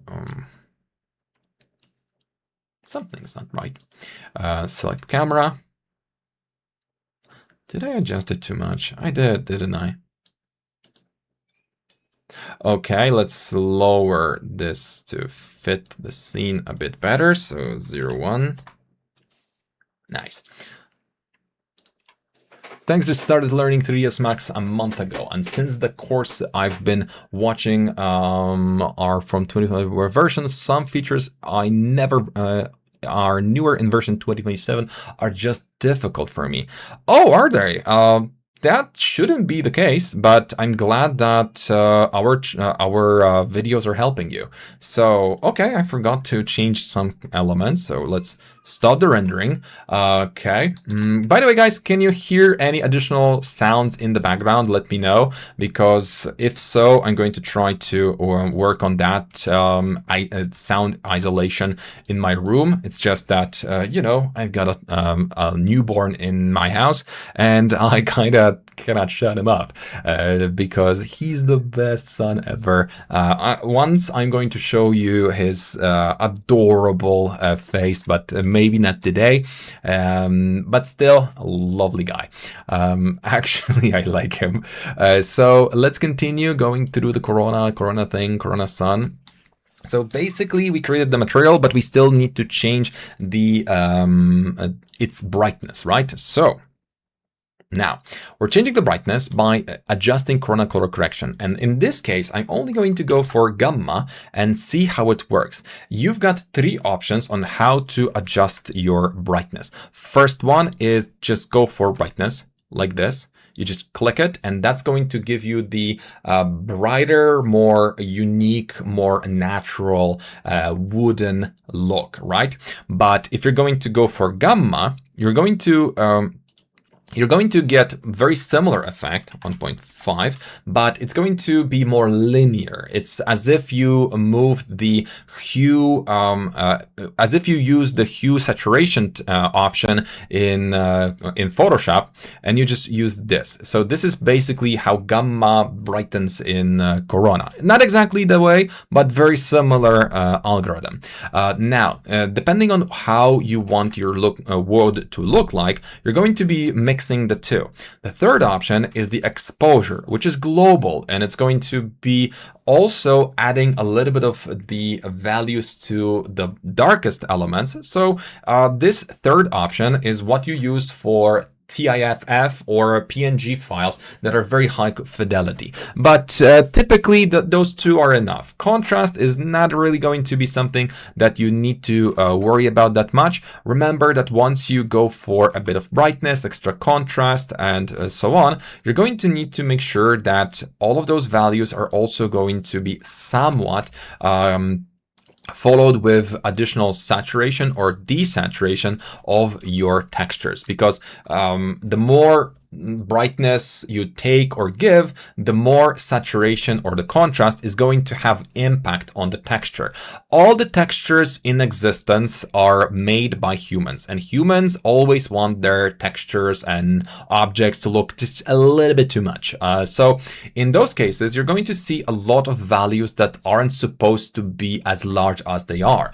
Textures are going to be oversaturated, over contrasted. So you kind of need to dance around it, because everybody wants to have pretty textures because they're good. But at the same time, you know very well that it's typically going to backfire at some point if you're going to overdo it. So we're trying to avoid the part where we overdo it, and we did it the right way.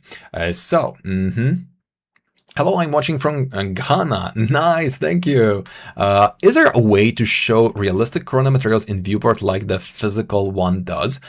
Not exactly, because yes and no. You can just click on this and it's going to show you the material as it is. You can see that it's basically the same thing, but it doesn't take into account the lighting that you've created for the scene. So yes and no, and basically the big yes and big no. So I would say that it's possible, but it is to be avoided in most of the cases. So let's add this in. Let's add some additional elements that are wooden to our scene. And now we're going to be creating the material for the walls. And for the walls, we, again, don't need to do a lot. We first need to come up with the color, right? So it's nice olive green. I could just grab it, really, but I won't. I'm just going to be adding this to my walls. The thing is that we want to, as always, go for a regular Corona physical material. We add this in, and because we're just getting started with our scene, we're building it one step at a time, we're going to be making sure to now add this as an excluded element. We don't want to just turn off the material override, because half of our objects still don't have any kind of material, and you're basically going to have a bit of a stroke. So to avoid that, we're going to be making sure to add the right materials, or one material at a time. The key idea here is to make sure that you add the most important materials first to your scene. So what are the most important materials? Those are the materials that take the largest chunk of space in your scene. So basically, that's why the wood was the first thing I did. Then it's the wall in here. Then it's going to be this wall, the windows. Actually, windows already have their materials, so we can also fix that, because we started with something that was already out there existing, so we can just go ahead and have it out of the way. But now we also want this to be out of the way, and I cannot remember if I added this to exclusion or not, so I'm going to just double check. It was already added. Okay, so now let's create the material. In here, we want to keep this simple. Roughness for your walls isn't supposed to be maximum roughness, but at the same time, you don't want this to be too silky. So we're just going to go for 0.5, and that's enough. Also, if we make this nice and dark, you're going to see that there's some reflection happening in here, and that's exactly what you want. You don't want this to be too reflective, but you want some of it. Okay, so the next thing is we set up our color. Because I don't want to be aiming too much, I'm going to just probably try to grab an as olive color as I can, but I would probably sample it from the original scene to not waste our time just fiddling with the tones too much. So allow me to just take a step back, unhide all. Did I just delete it? Yes, I'm a dummy. Do you have a color theme available that we can look at to learn from? Please guide us in that regard. Abuzar, I think we're going to be able to create a little bit of assets like that, because we do have a lot of palettes that we're adding to VizMaker. And I think that this is one of those things that will be good as a very helpful element for a lot of beginners, but at the same time, we don't yet have something like this specifically prepared to use. Okay, so blah, blah, blah, blah, color. Let's take this color. I'm going to just read the hex. So this is the hex value. And we're now going to be copying it in, so nobody is going to be unhappy with the color. Okay, that's perfect. Now, the thing is that this color looks bad. Why? Because we haven't yet added the appropriate lighting to our scene. So the lighting is supposed to be relying on our sun, and the sun is now here. Once we add the sun, everything is much brighter. It's a little bit, it's looking a little bit better, but at the same time, I need the sun to be hanging very low. So something a little bit lower. I want a little bit of that light here.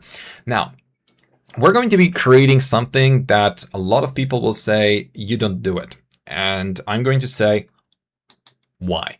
We're going to just change the angle a little bit. No, that's too much.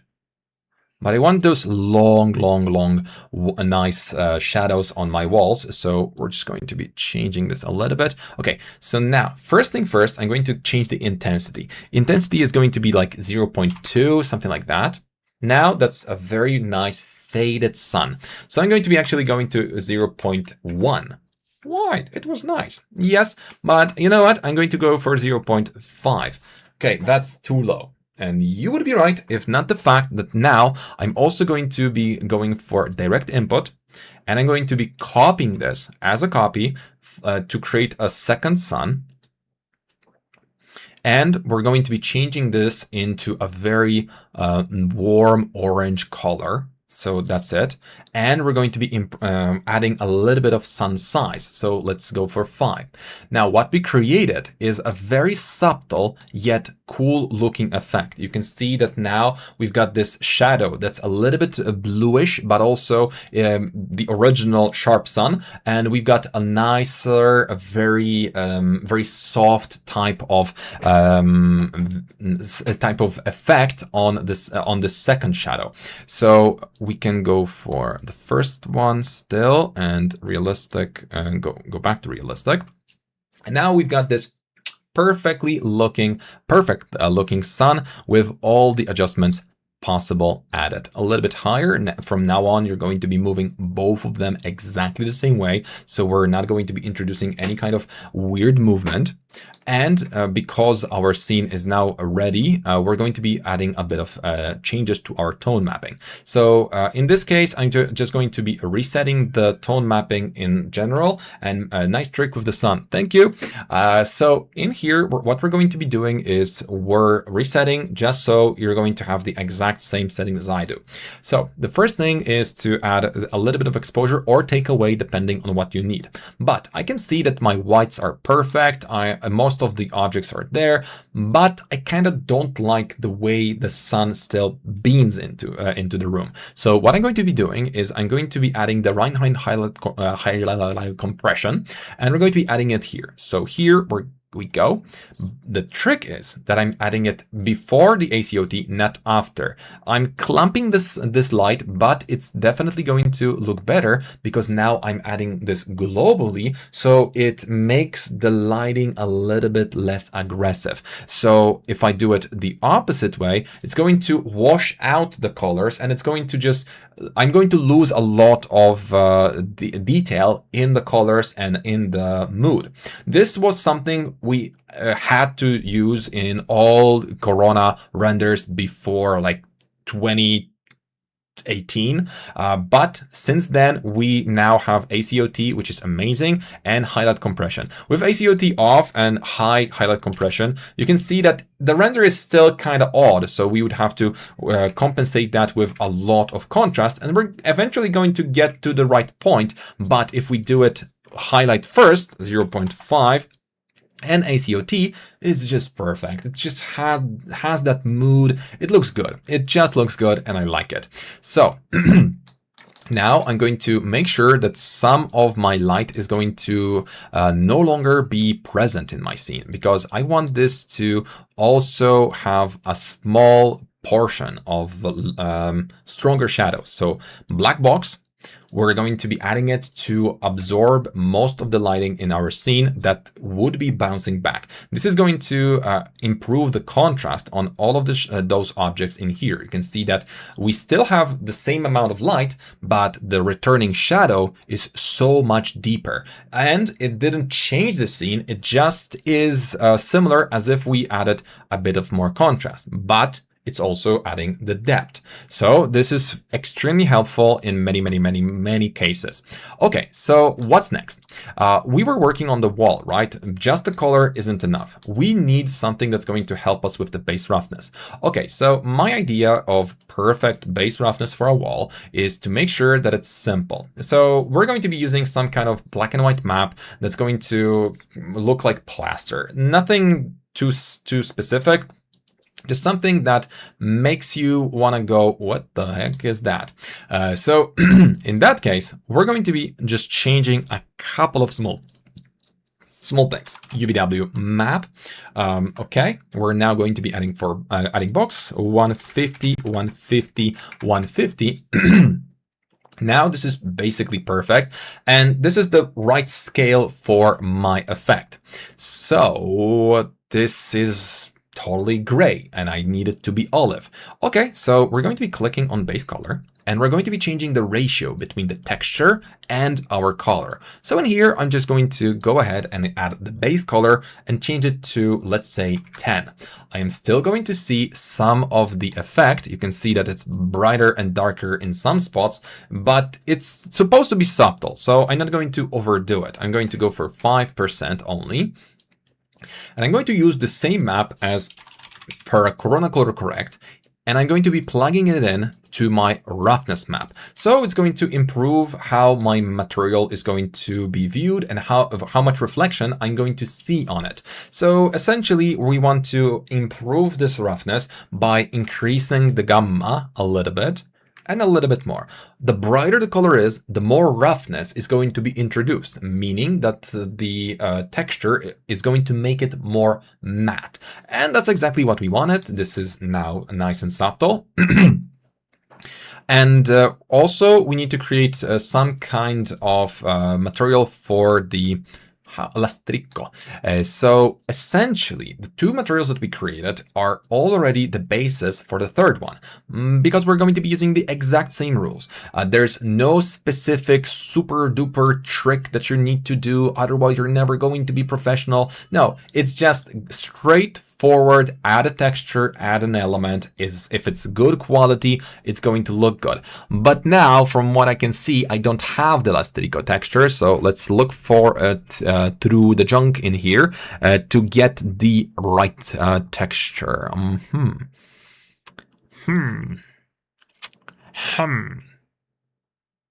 Yeah, I should have prepared that one texture, but I thought I did. I thought I did. Oh, marble. Let's go. So what we're going to notice quickly is that, well, it looks okay, but obviously it needs a little bit of work. Why does it need any work? Why is it that we need to change anything about this whatsoever? Well, first of all, the mapping is awful. That's one thing. Also, we don't have any kind of randomization, as we already established. Randomization is very, very important. So I could essentially copy the exact wood material and just swap the texture and adjust the roughness, and that's going to be it, because most of the materials in the real world are carbon-based, which means that they're essentially the same stuff, but a little bit harder. So we can use this knowledge to our advantage, and you should always do that. So we're going to be now adding a little bit of this texture, and we don't want this repetition because it's ugly.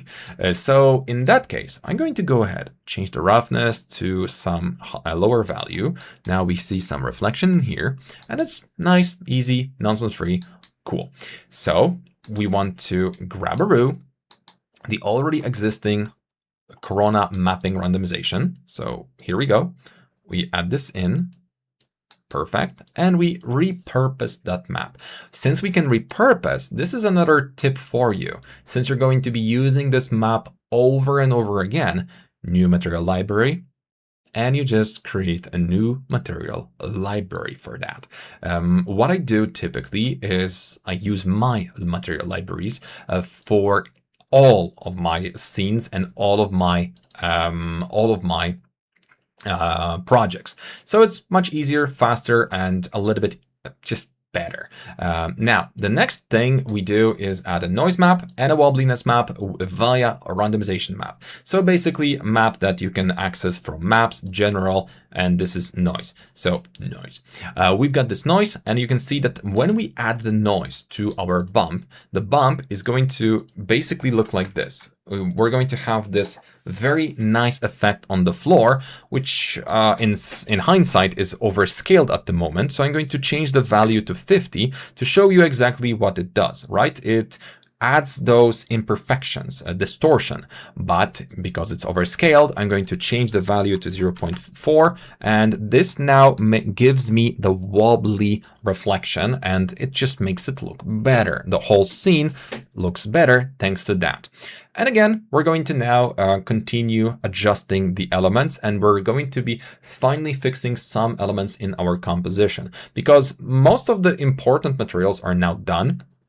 We can also recreate the same material for this element. So we basically need this wall texture.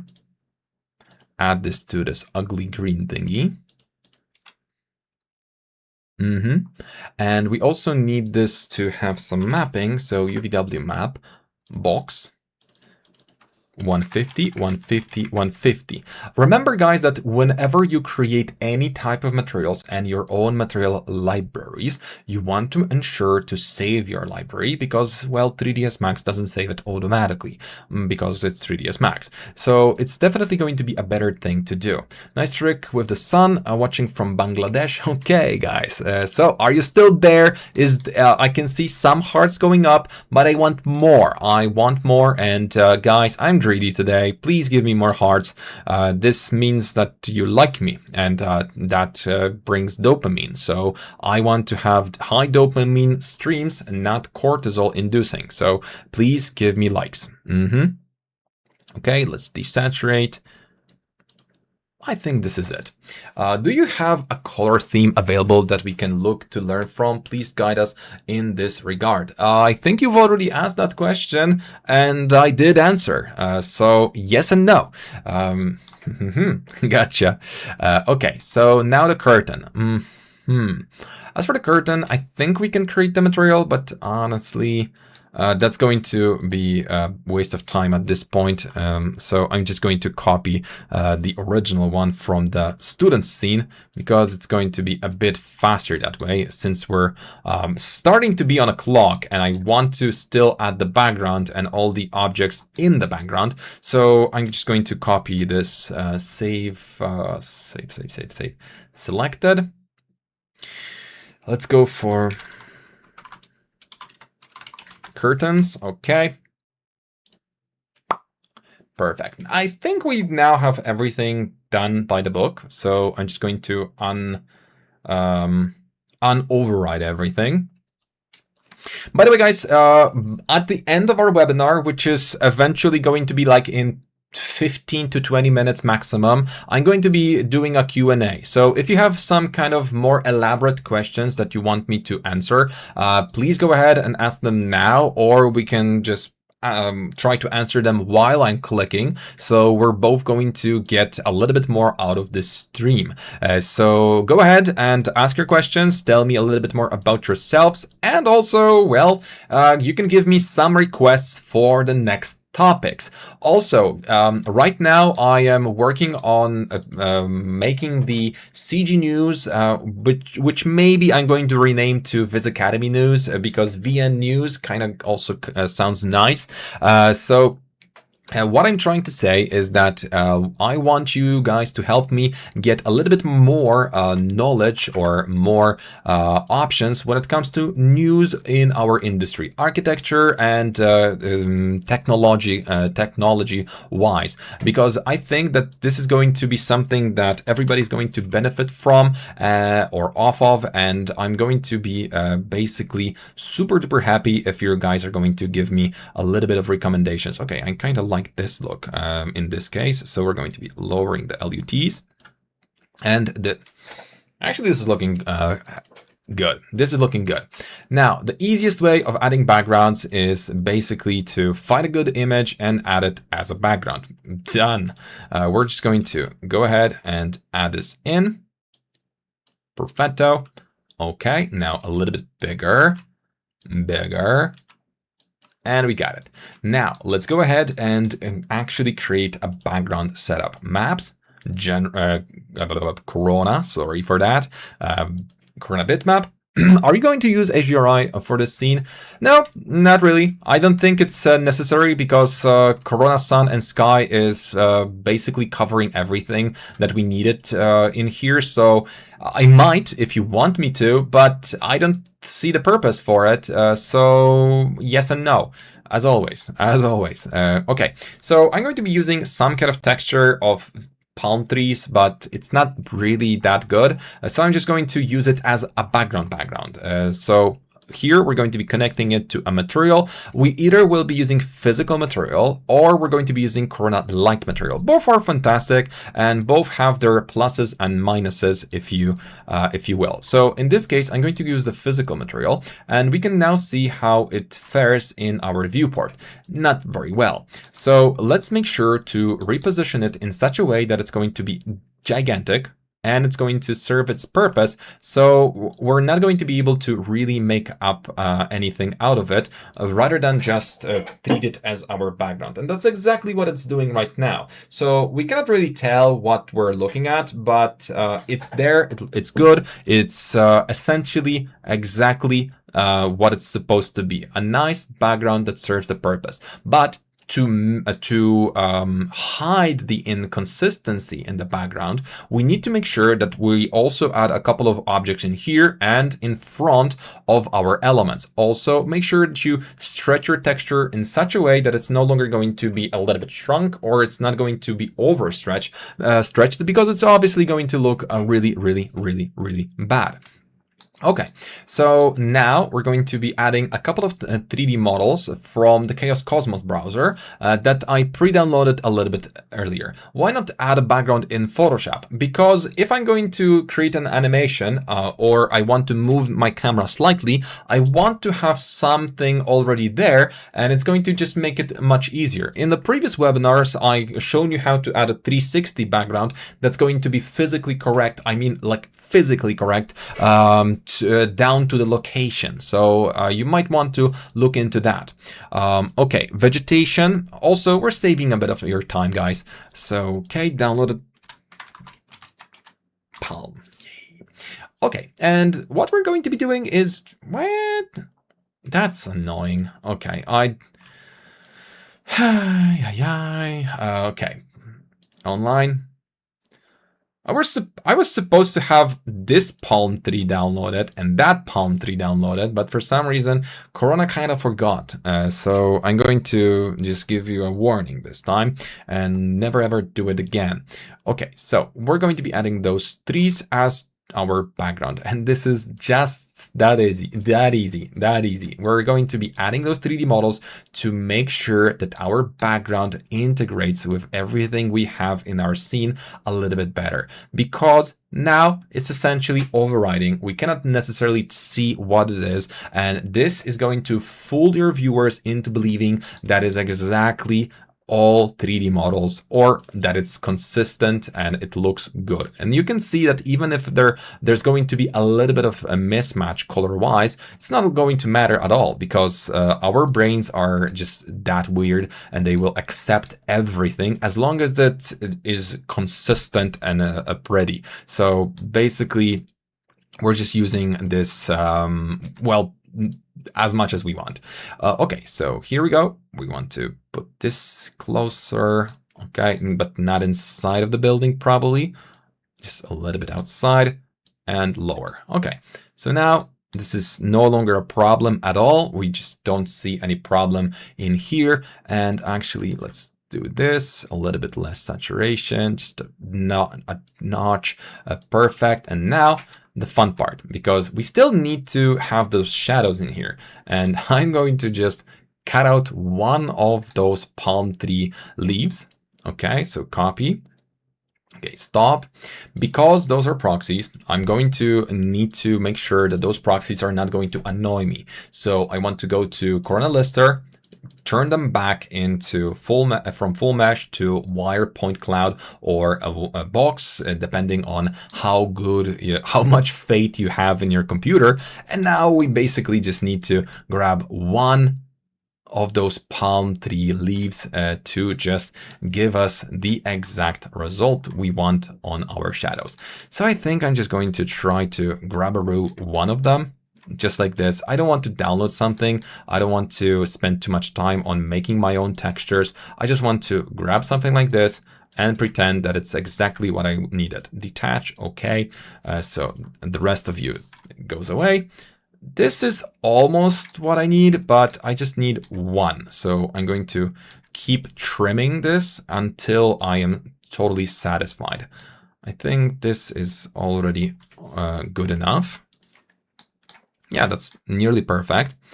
Just the bottom part needs to be trimmed a little bit further. And we're not going to be basically concerned with anything that's not physical at this point, because those are not going to be elements that we will ever see in our camera, and the additional parts will just help us out.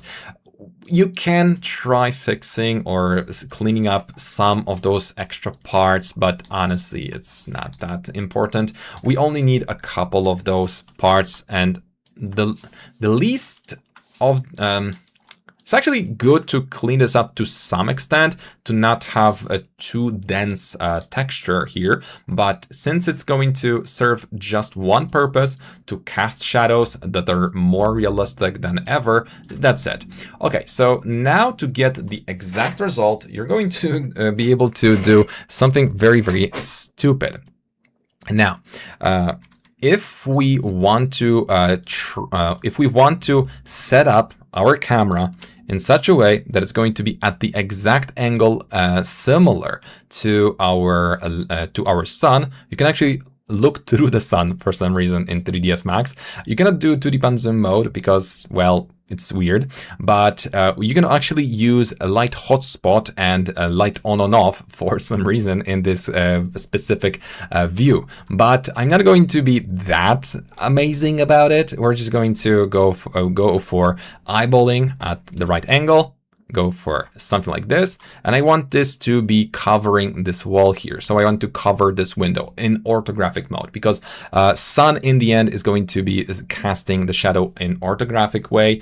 So basically we just nailed it. Is it possible to add a background in an animation in post? I've always wondered, how would you post-process an animation using render elements in a video editing software? Well, it all depends, because that depends on how you create this. I mean, how do you approach the creation of that background? Because, for example, you can specifically render something out, now move your camera to another scene and just, render that as your background separately, and then add it in. With the right render elements, you should be able to pull it off. But it's going to come down to, well, your skill set. Okay, so here's another thing. I know for a fact that my perfectly placed element is at the right position, but it's too far, and all of this shadow is too washed out, right? And it's also too big. So I want this to be closer to my scene. So what I'm going to do is take this in and use my grid local screen. And I'm going to be now moving this on the axis, that's going to basically mean that I'm moving this into my building on the z-axis, but I'm just going to move it away a little bit, not too far, and now we're going to see that the shadow is going to be slightly sharper because this is now closer to our building, and that's basically just us hucking the reality a little bit. Also, we can locally rotate this a bit to flatten the object and again move it closer to our camera. But essentially we just need to make sure that we're in this viewport, and again we're going to be moving it forward but with left alt to make sure that the movement is minimum. And you can see that now it's not in our view yet, so we're basically getting a sharper shadow, but maybe I overdid it, so we're going to have to experiment a little bit with this again.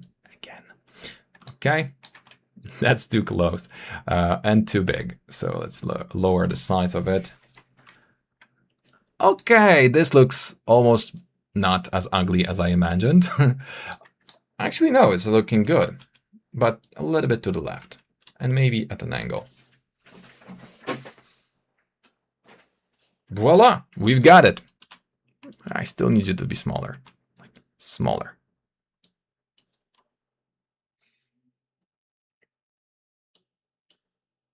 Yeah, this is the moment where I'm going to just go left and right, you know, just to aim it correctly. But basically, I should have just repositioned towards the sun and making sure that this object is exactly where it's supposed to, not in accordance to the screen, but accordance to my liking. So basically left, and we've got it exactly here.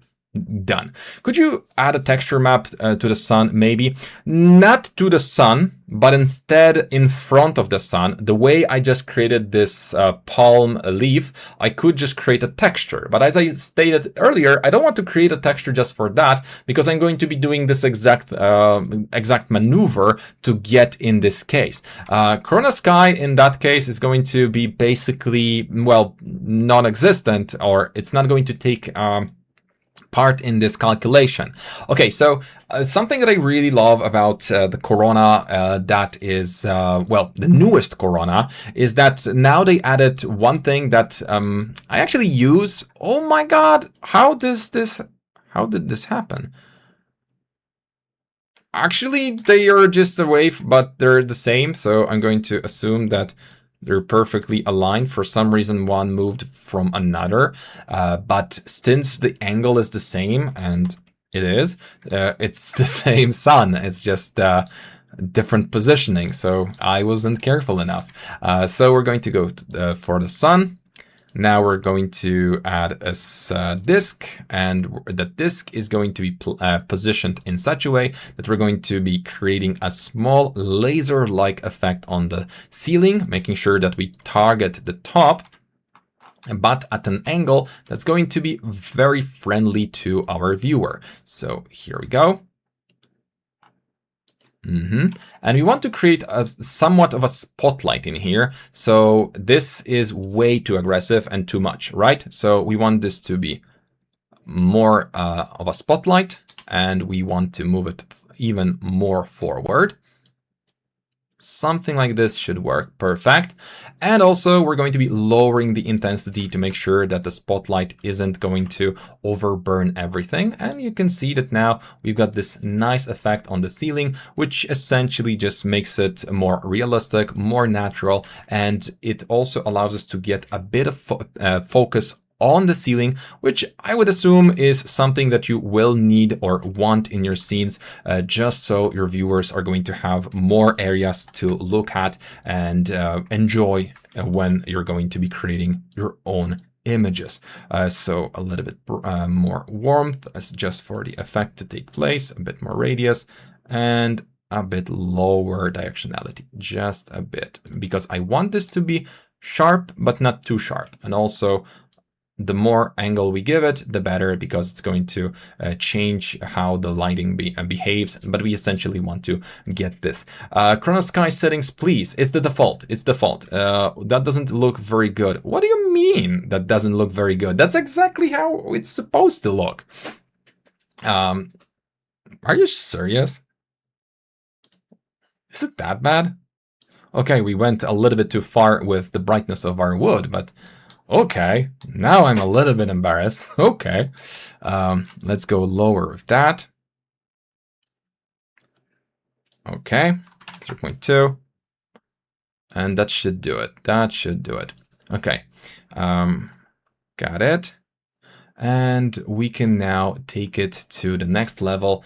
Just kidding. My God, you just freaking made me almost had a small heart attack, because I'm sitting here trying my best, and then whoa, yeah, and the that was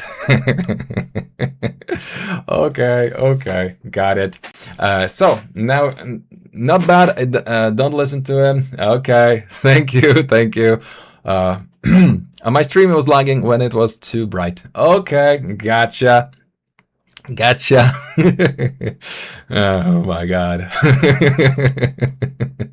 Okay, now we're going to be using render ram's technique to render this in higher resolution. So again, shout out to render ram, amazing thing that you shared with the community. So we're going to be going for twice as big resolution. So in my case, my initial resolution is 1350, because we're going to be going for the Instagram, right? So the gram needs this resolution, but I'm going to double that and give it to another person. So this is 2160, and that makes this render horrendously big. It's just going to take ages to render. But if we're going to be smart and we're going to use the render RAM technique, and I'm going to be calling it this way, although I was using it before, and I'm kind of salty that he did this video first, but at the same time, it's gonna be called render RAM technique, and that's exactly what it's supposed to.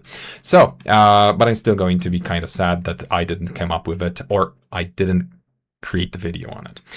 So let's go for a noise render limit 8%, the denoiser Intel CPU 85%, Firefly filter a little bit, just like this, and we're going to be going for the default settings on the rest. So here we go.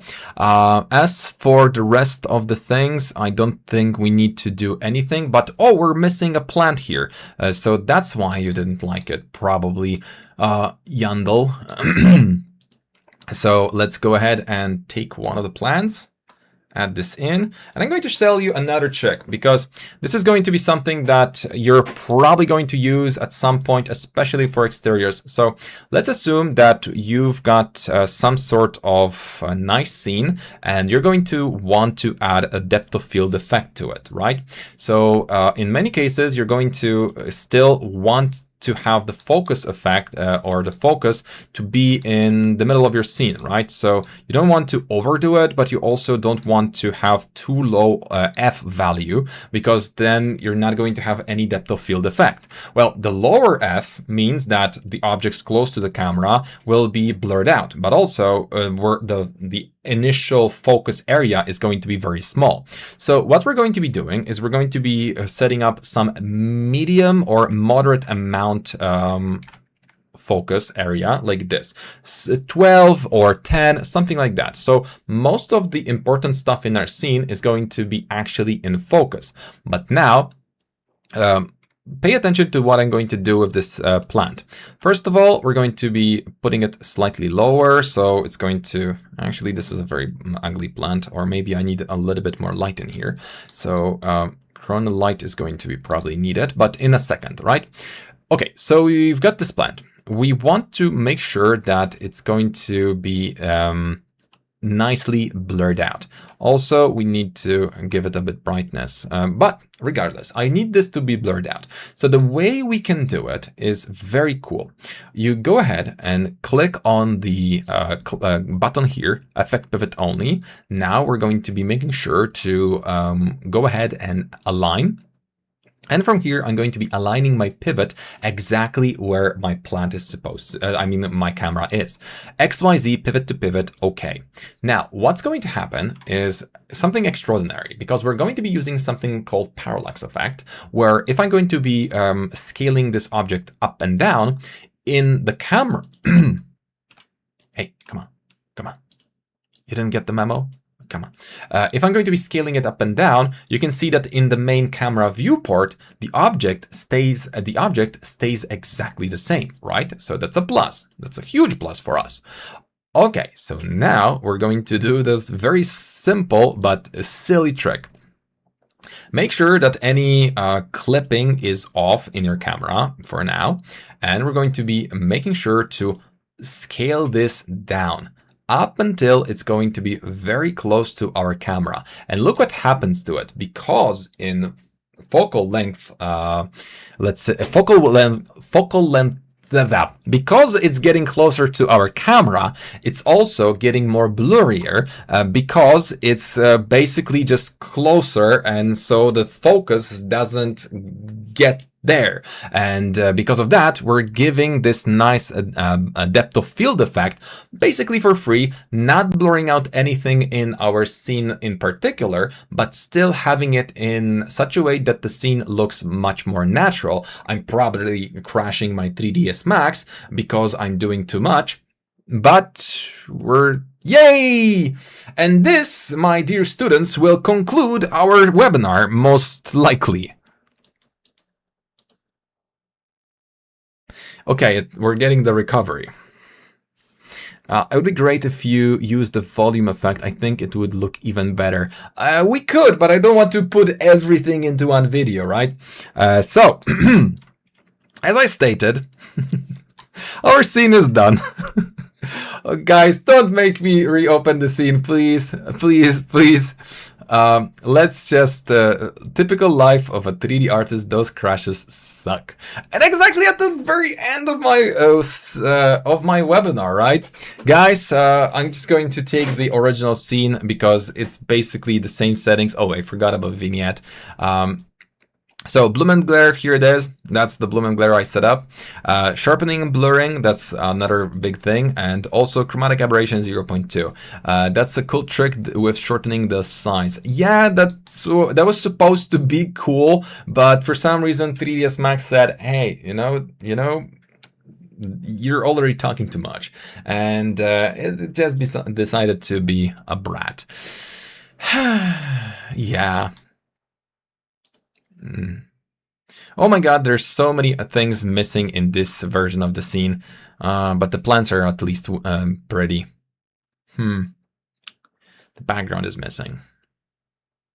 That was supposed to be darker. Okay, we're going to still, you know what? Let's take our scene. I think that now our scene is a little bit closer to likable.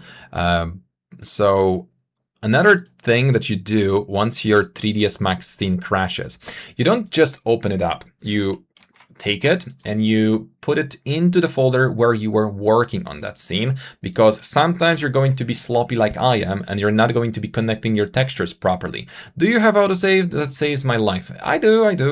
3ds Max knows when to almost done. It decides to crash. 3ds Max has a soul of a printer. It just knows when to crash. Yeah. Am I opening the wrong thing? No, it's the right thing. Please. Open up. Okay, let's not watch. The 3ds Max is then going to be a little bit faster. Hello, Max. I knew it. Okay, so the plant that we had there was pretty, and I don't like this one, but I'm still going to make it likable. So Corona light. We're going to be creating a new light, like a rectangle. Okay, so Another thing I'm going to do is, because we still have time, I'm going to just do this. I'm going to take this light, put it in here so that it's in my it's visible in my scene, right? Now we're going to go to here and we're going to be clicking on set highlight. So I want this light to be exactly visible in this reflection of this object exactly where I clicked on it. Okay. Killing AI for video. Which software do you recommend for video rendering? While Corona and V-Ray work great for still renders, which one is better for video animation? Vantage, Lumion, Twinmotion, or 5D render? Yandel already answered. We in our studio use AI for this kind of purpose because it's fast, it saves you a ton of time, and it's something that you just need to adapt to. And there's no escaping from AI to some extent. You just need to accept that it is supposed... Come on, Maximilian, you silly boy. Oh, you silly Maximilian. Okay, let's go. Now we've got a little bit of the lighting, and we're going to be making it softer so it's not as overwhelming. And also this is way too big, so I need to be just now specifically smaller. Okay, that'll do.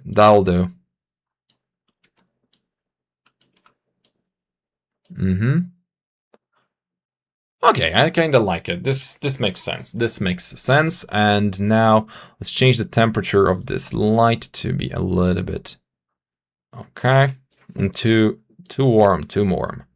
Okay, and still a bit less aggressive. Got it. Okay, so we're going to be rendering this, and as I said, we're going to be using the render RAM technique. So we're going to be rendering this twice as big, but just for a minute or so. You know what? I'm not going to use this technique because I think we're going to be saving a little bit of time, but shout out to Render RAM, he's amazing. So that's something that I wanted to say. And now we're going to be continuing. I will bring the plant closer to the camera so it almost obstructs, but the blur is still there. I am, you know, it's just for you to for you guys to learn. And now I would just want to take this to the next level and finally bring it to VizMaker. So we're going to restart VizMaker real quick. Don't save. Now VizMaker. VizMaker is software. Save it now. I already have the save. How do I become a member of your YouTube to access the file, or on the Viz Academy website? So in this case, if you want to get your hands on this file, I'm going to be posting it tomorrow, but I want more likes. That's the deal. He is. Okay, would have been great if you used the volume effect. Okay, so just a quick introduction, guys. VizMaker, what is it? VizMaker is a hub program that will help any artist that works with renders get their creativity or boost their creativity by simply putting in one place all of the best rendering engines, and I mean AI rendering engines. So it works seamlessly with 3ds Max, and it works with your viewport. So basically I could have skipped all of the elements. By the way, my 3ds Max 2027 is absolute garbage and it lags the most. So I cannot really send the viewport directly because 3ds Max is deleting everything out of it. So basically that's a bit sad, but I'm going to just grab it as a screen grab to give you a bit of idea how fast we can work with 3D these days. So I'm just going to go for viewport to render, and let's hope for the best. And meanwhile, we're going to go ahead and grab our actual render and do a bit of changes. So what I like doing with this kind of imagery is obviously adding some humans and changing the elements that will, wow, this is way better than I expected. So we're basically going to be able to create our renders based on exact specific input. But the most important part is that sometimes we just need to go a little bit further with our descriptions, because some materials are not going to be essentially taken into account unless we set it up correctly. So for for VizMaker to work best, we need to make sure that we also change one thing in our viewport. And that's going to be viewport config. No, it's default setting, viewport preferences. I always mix those up. So we're going to be changing this to default lights to 2 lights. So you can see that now we're getting a little bit more. Are you? Okay, perfect. Thank you, Max 2027. I was about to forgive you for being whatever you are. But now, did you see that? Anyway, we're going to be setting up to our viewport to 2 lights, so it's going to take care of the lighting a little bit better. And now, with this out of the way, we can also do create photorealistic image. Atmosphere. Okay, warm atmosphere, and we're going to be basically getting very similar results. So what do I use VizMaker for on my renders? So typically, the thing that I like doing the most is actually upscaling, because upscaling is going to save you a ton of time. Typically, when working with Magnify, we're just going to go for some creativity, some HDRI, and we don't need anything else. So for blah, blah, blah, blah. We're going to be adding this in, and we've got our image. Could VizMaker replace Photoshop post-production?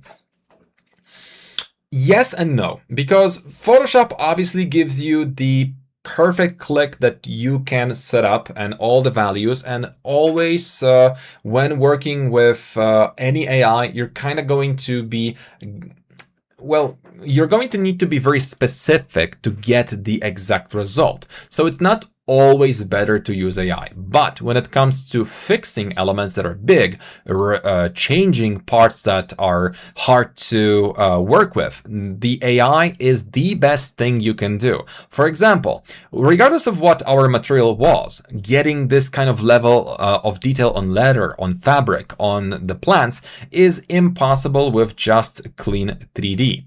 While not everything is perfect, and some elements are absolutely out of are just wacky. Still, some of those elements that we added in are just amazing. That's why I typically mix the two medium together. So I like to take my a file that I created in VizMaker, take it to Photoshop, and in Photoshop I'm going to be adjusting all the elements. So basically we're going to be File, New, Copy. No, that's the viewport, sorry.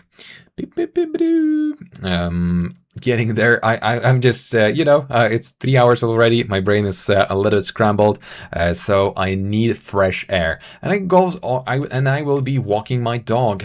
My dog's name is Render, so I'm going to be rendering regardless if I'm here or not. So basically, it's a win-win scenario. Okay, so we're now putting this in Photoshop.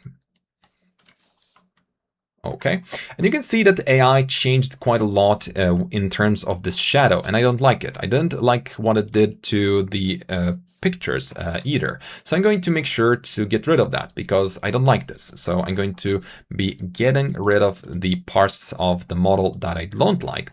For example, if I would have more accurate, which I could, masks for all of the elements, this would be the perfect combo. But at the same time, I'm going to be adding just 50 to 60% of my AI generated image just to enhance my shot, not completely change it. I'm just making some of the elements a little bit better and fixing what I dislike in the outcome. And for me, this is just 100% amazing. And this is the key to photorealism. Whatever you do beyond this point is going to be just purely up to your tastes or come on. So it's going to be subjective, non-objective, and typically everything you do beyond this point is just going to be you having fun with your scene, and that's absolutely okay because after all, it is yours.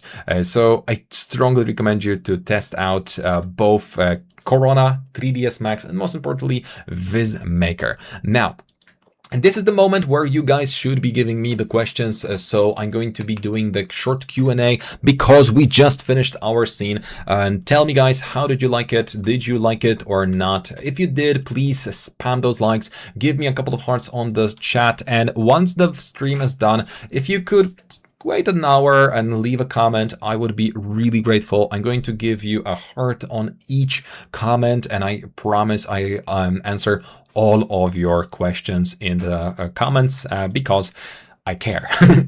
So a bit of sharpening, and we've got a perfect image that I believe we would be able to send it to a client. And even if Yandel doesn't like it, oh, now he says it loves it. Magnifies are real wishy-washy when there's a depth of field. Unfortunately, it is, but fortunately for us, it was really good in here. So how can I get pricing details for VizMaker? Just if you want the pricing details, you can go to the account, and this is the pricing details. That's all you need to know. But if you are a business and you have multiple employees, we also have a special offer for those, an enterprise license where you can give your license to a specific seat in your company, which is going to be essentially exactly what you need for a larger operation. Now, meanwhile, for the last time, guys, if you want to become my student and learn how to create images, because everything we show you on our YouTube is just a snippet of the knowledge that you can get from us during our training. So obviously, if you want to really have all the knowledge, I strongly recommend you to join our training, which is Viz Academy Co. UK. Click on available dates, and once you're here, you're going to be able to now, just for a limited time, you're going to be able to pick the light version or the pro version. Pro version is the full package with support, live support by humans, not AI. Also, you're going to be getting me 3 times a week, where I'm going to be reviewing your work in a group, in our group webinars that are going to be also hosted via YouTube. You can ask as many questions you like. And at the same time, we're also going to have the full package of videos, tasks, and this is all going to be time sensitive, so you're going to be fully motivated. But if that's not a motivation for you and you actually want to just watch the videos in your own pace and not have some kind of mic shouting on you that you need to work, you can also pick the light version. But as for the light version, it's a limited offer, limited because we only have it for a while, and only a couple of copies are going to be sold. It's basically a bit of a test for us. We run this test from time to time, and it's definitely going to be ultra limited, so it's probably going to go off our website in like 2 weeks. So if you want to grab it, do it now, and it's also going to build towards the pro version if you're going to want to upgrade. It's just good bargain. Okay, guys, I see that this is the time where we can take more questions. How do you decide when to use HDRI and when to use Corona Sun and Sky? Because I have no idea when to use what. So it's very simple.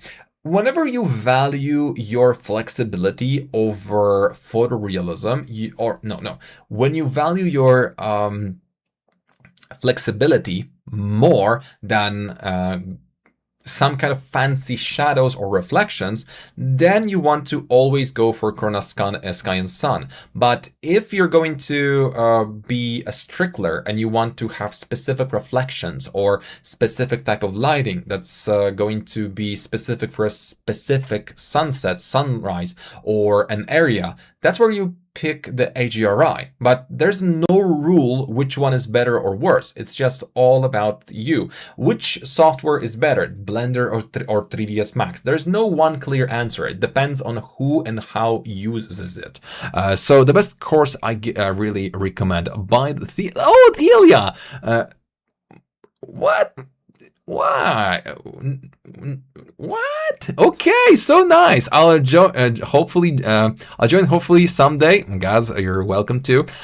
Do you think Mir uses AI or for their images? For sure. Is it just way too good? I also see a lot of studios nowadays with ultra realistic exteriors. I think they're using 80%. 80% of the industry already adapted, and they're using AI one way or the other. For 3D models, for textures, for enhancing, everybody uses it. And if somebody tells you that they're not using it, whatever. But remember, AI is the same as Botox or plastic surgery. It is okay to make it's okay to use it. It's okay to do it if you think it's going to give you the result you're after, right? So that's fine. But as soon as somebody spots that you did the Botox or you did the plastic surgery, the whole idea is just lost. And the same thing is with AI. As soon as somebody points out that this is AI generated, this is AI image, this is AI video, well, sorry, but yeah, it is. And the quality is typically good, but not that good enough to occupy your viewers' attention on what the video is. I mean, what's in the video, but instead of what the video is. Because being AI generated plastic surgery doesn't matter as long as it's good. Nobody cares. Nobody cares if it's, as long as it's good. But if it's bad, and everybody's going to point it out. And that's it. So that's my take on AI on all fields. And Mir uses it. Okay, guys, this is it for today. Thank you so much for your attention. We're going to be seeing each other next week, same hour, same place. This was a rather long webinar, but I hope that you liked it and that you learned something. So as I said, we're going to be posting our scene quite soon. And, you know, leave a like, give me those hearts, chat, comments, all of that, and subscribe to our channel, because that's what we're making this for. So once again, thank you and see you next time. Oh, there's a couple of questions extra. I think I'll just like what the market demands now. Not taking advantage of it leaves you behind. Yeah, it's not. Yeah, it's something like that. What do you think of the versus AI? Do you? I think that it's called what's integrated on Corona. I honestly, it's okay. It's fine, but I'm not so sure if I want to log in to another login to get that. And from what I've already learned from my experience with Chaos Cloud, although I love Chaos, I love all their software, that whole cloud thing is so underdeveloped. It's just not it. I don't like it. It's good, but there are better solutions. Pacemaker. This is it. Thank you so much. Bye bye.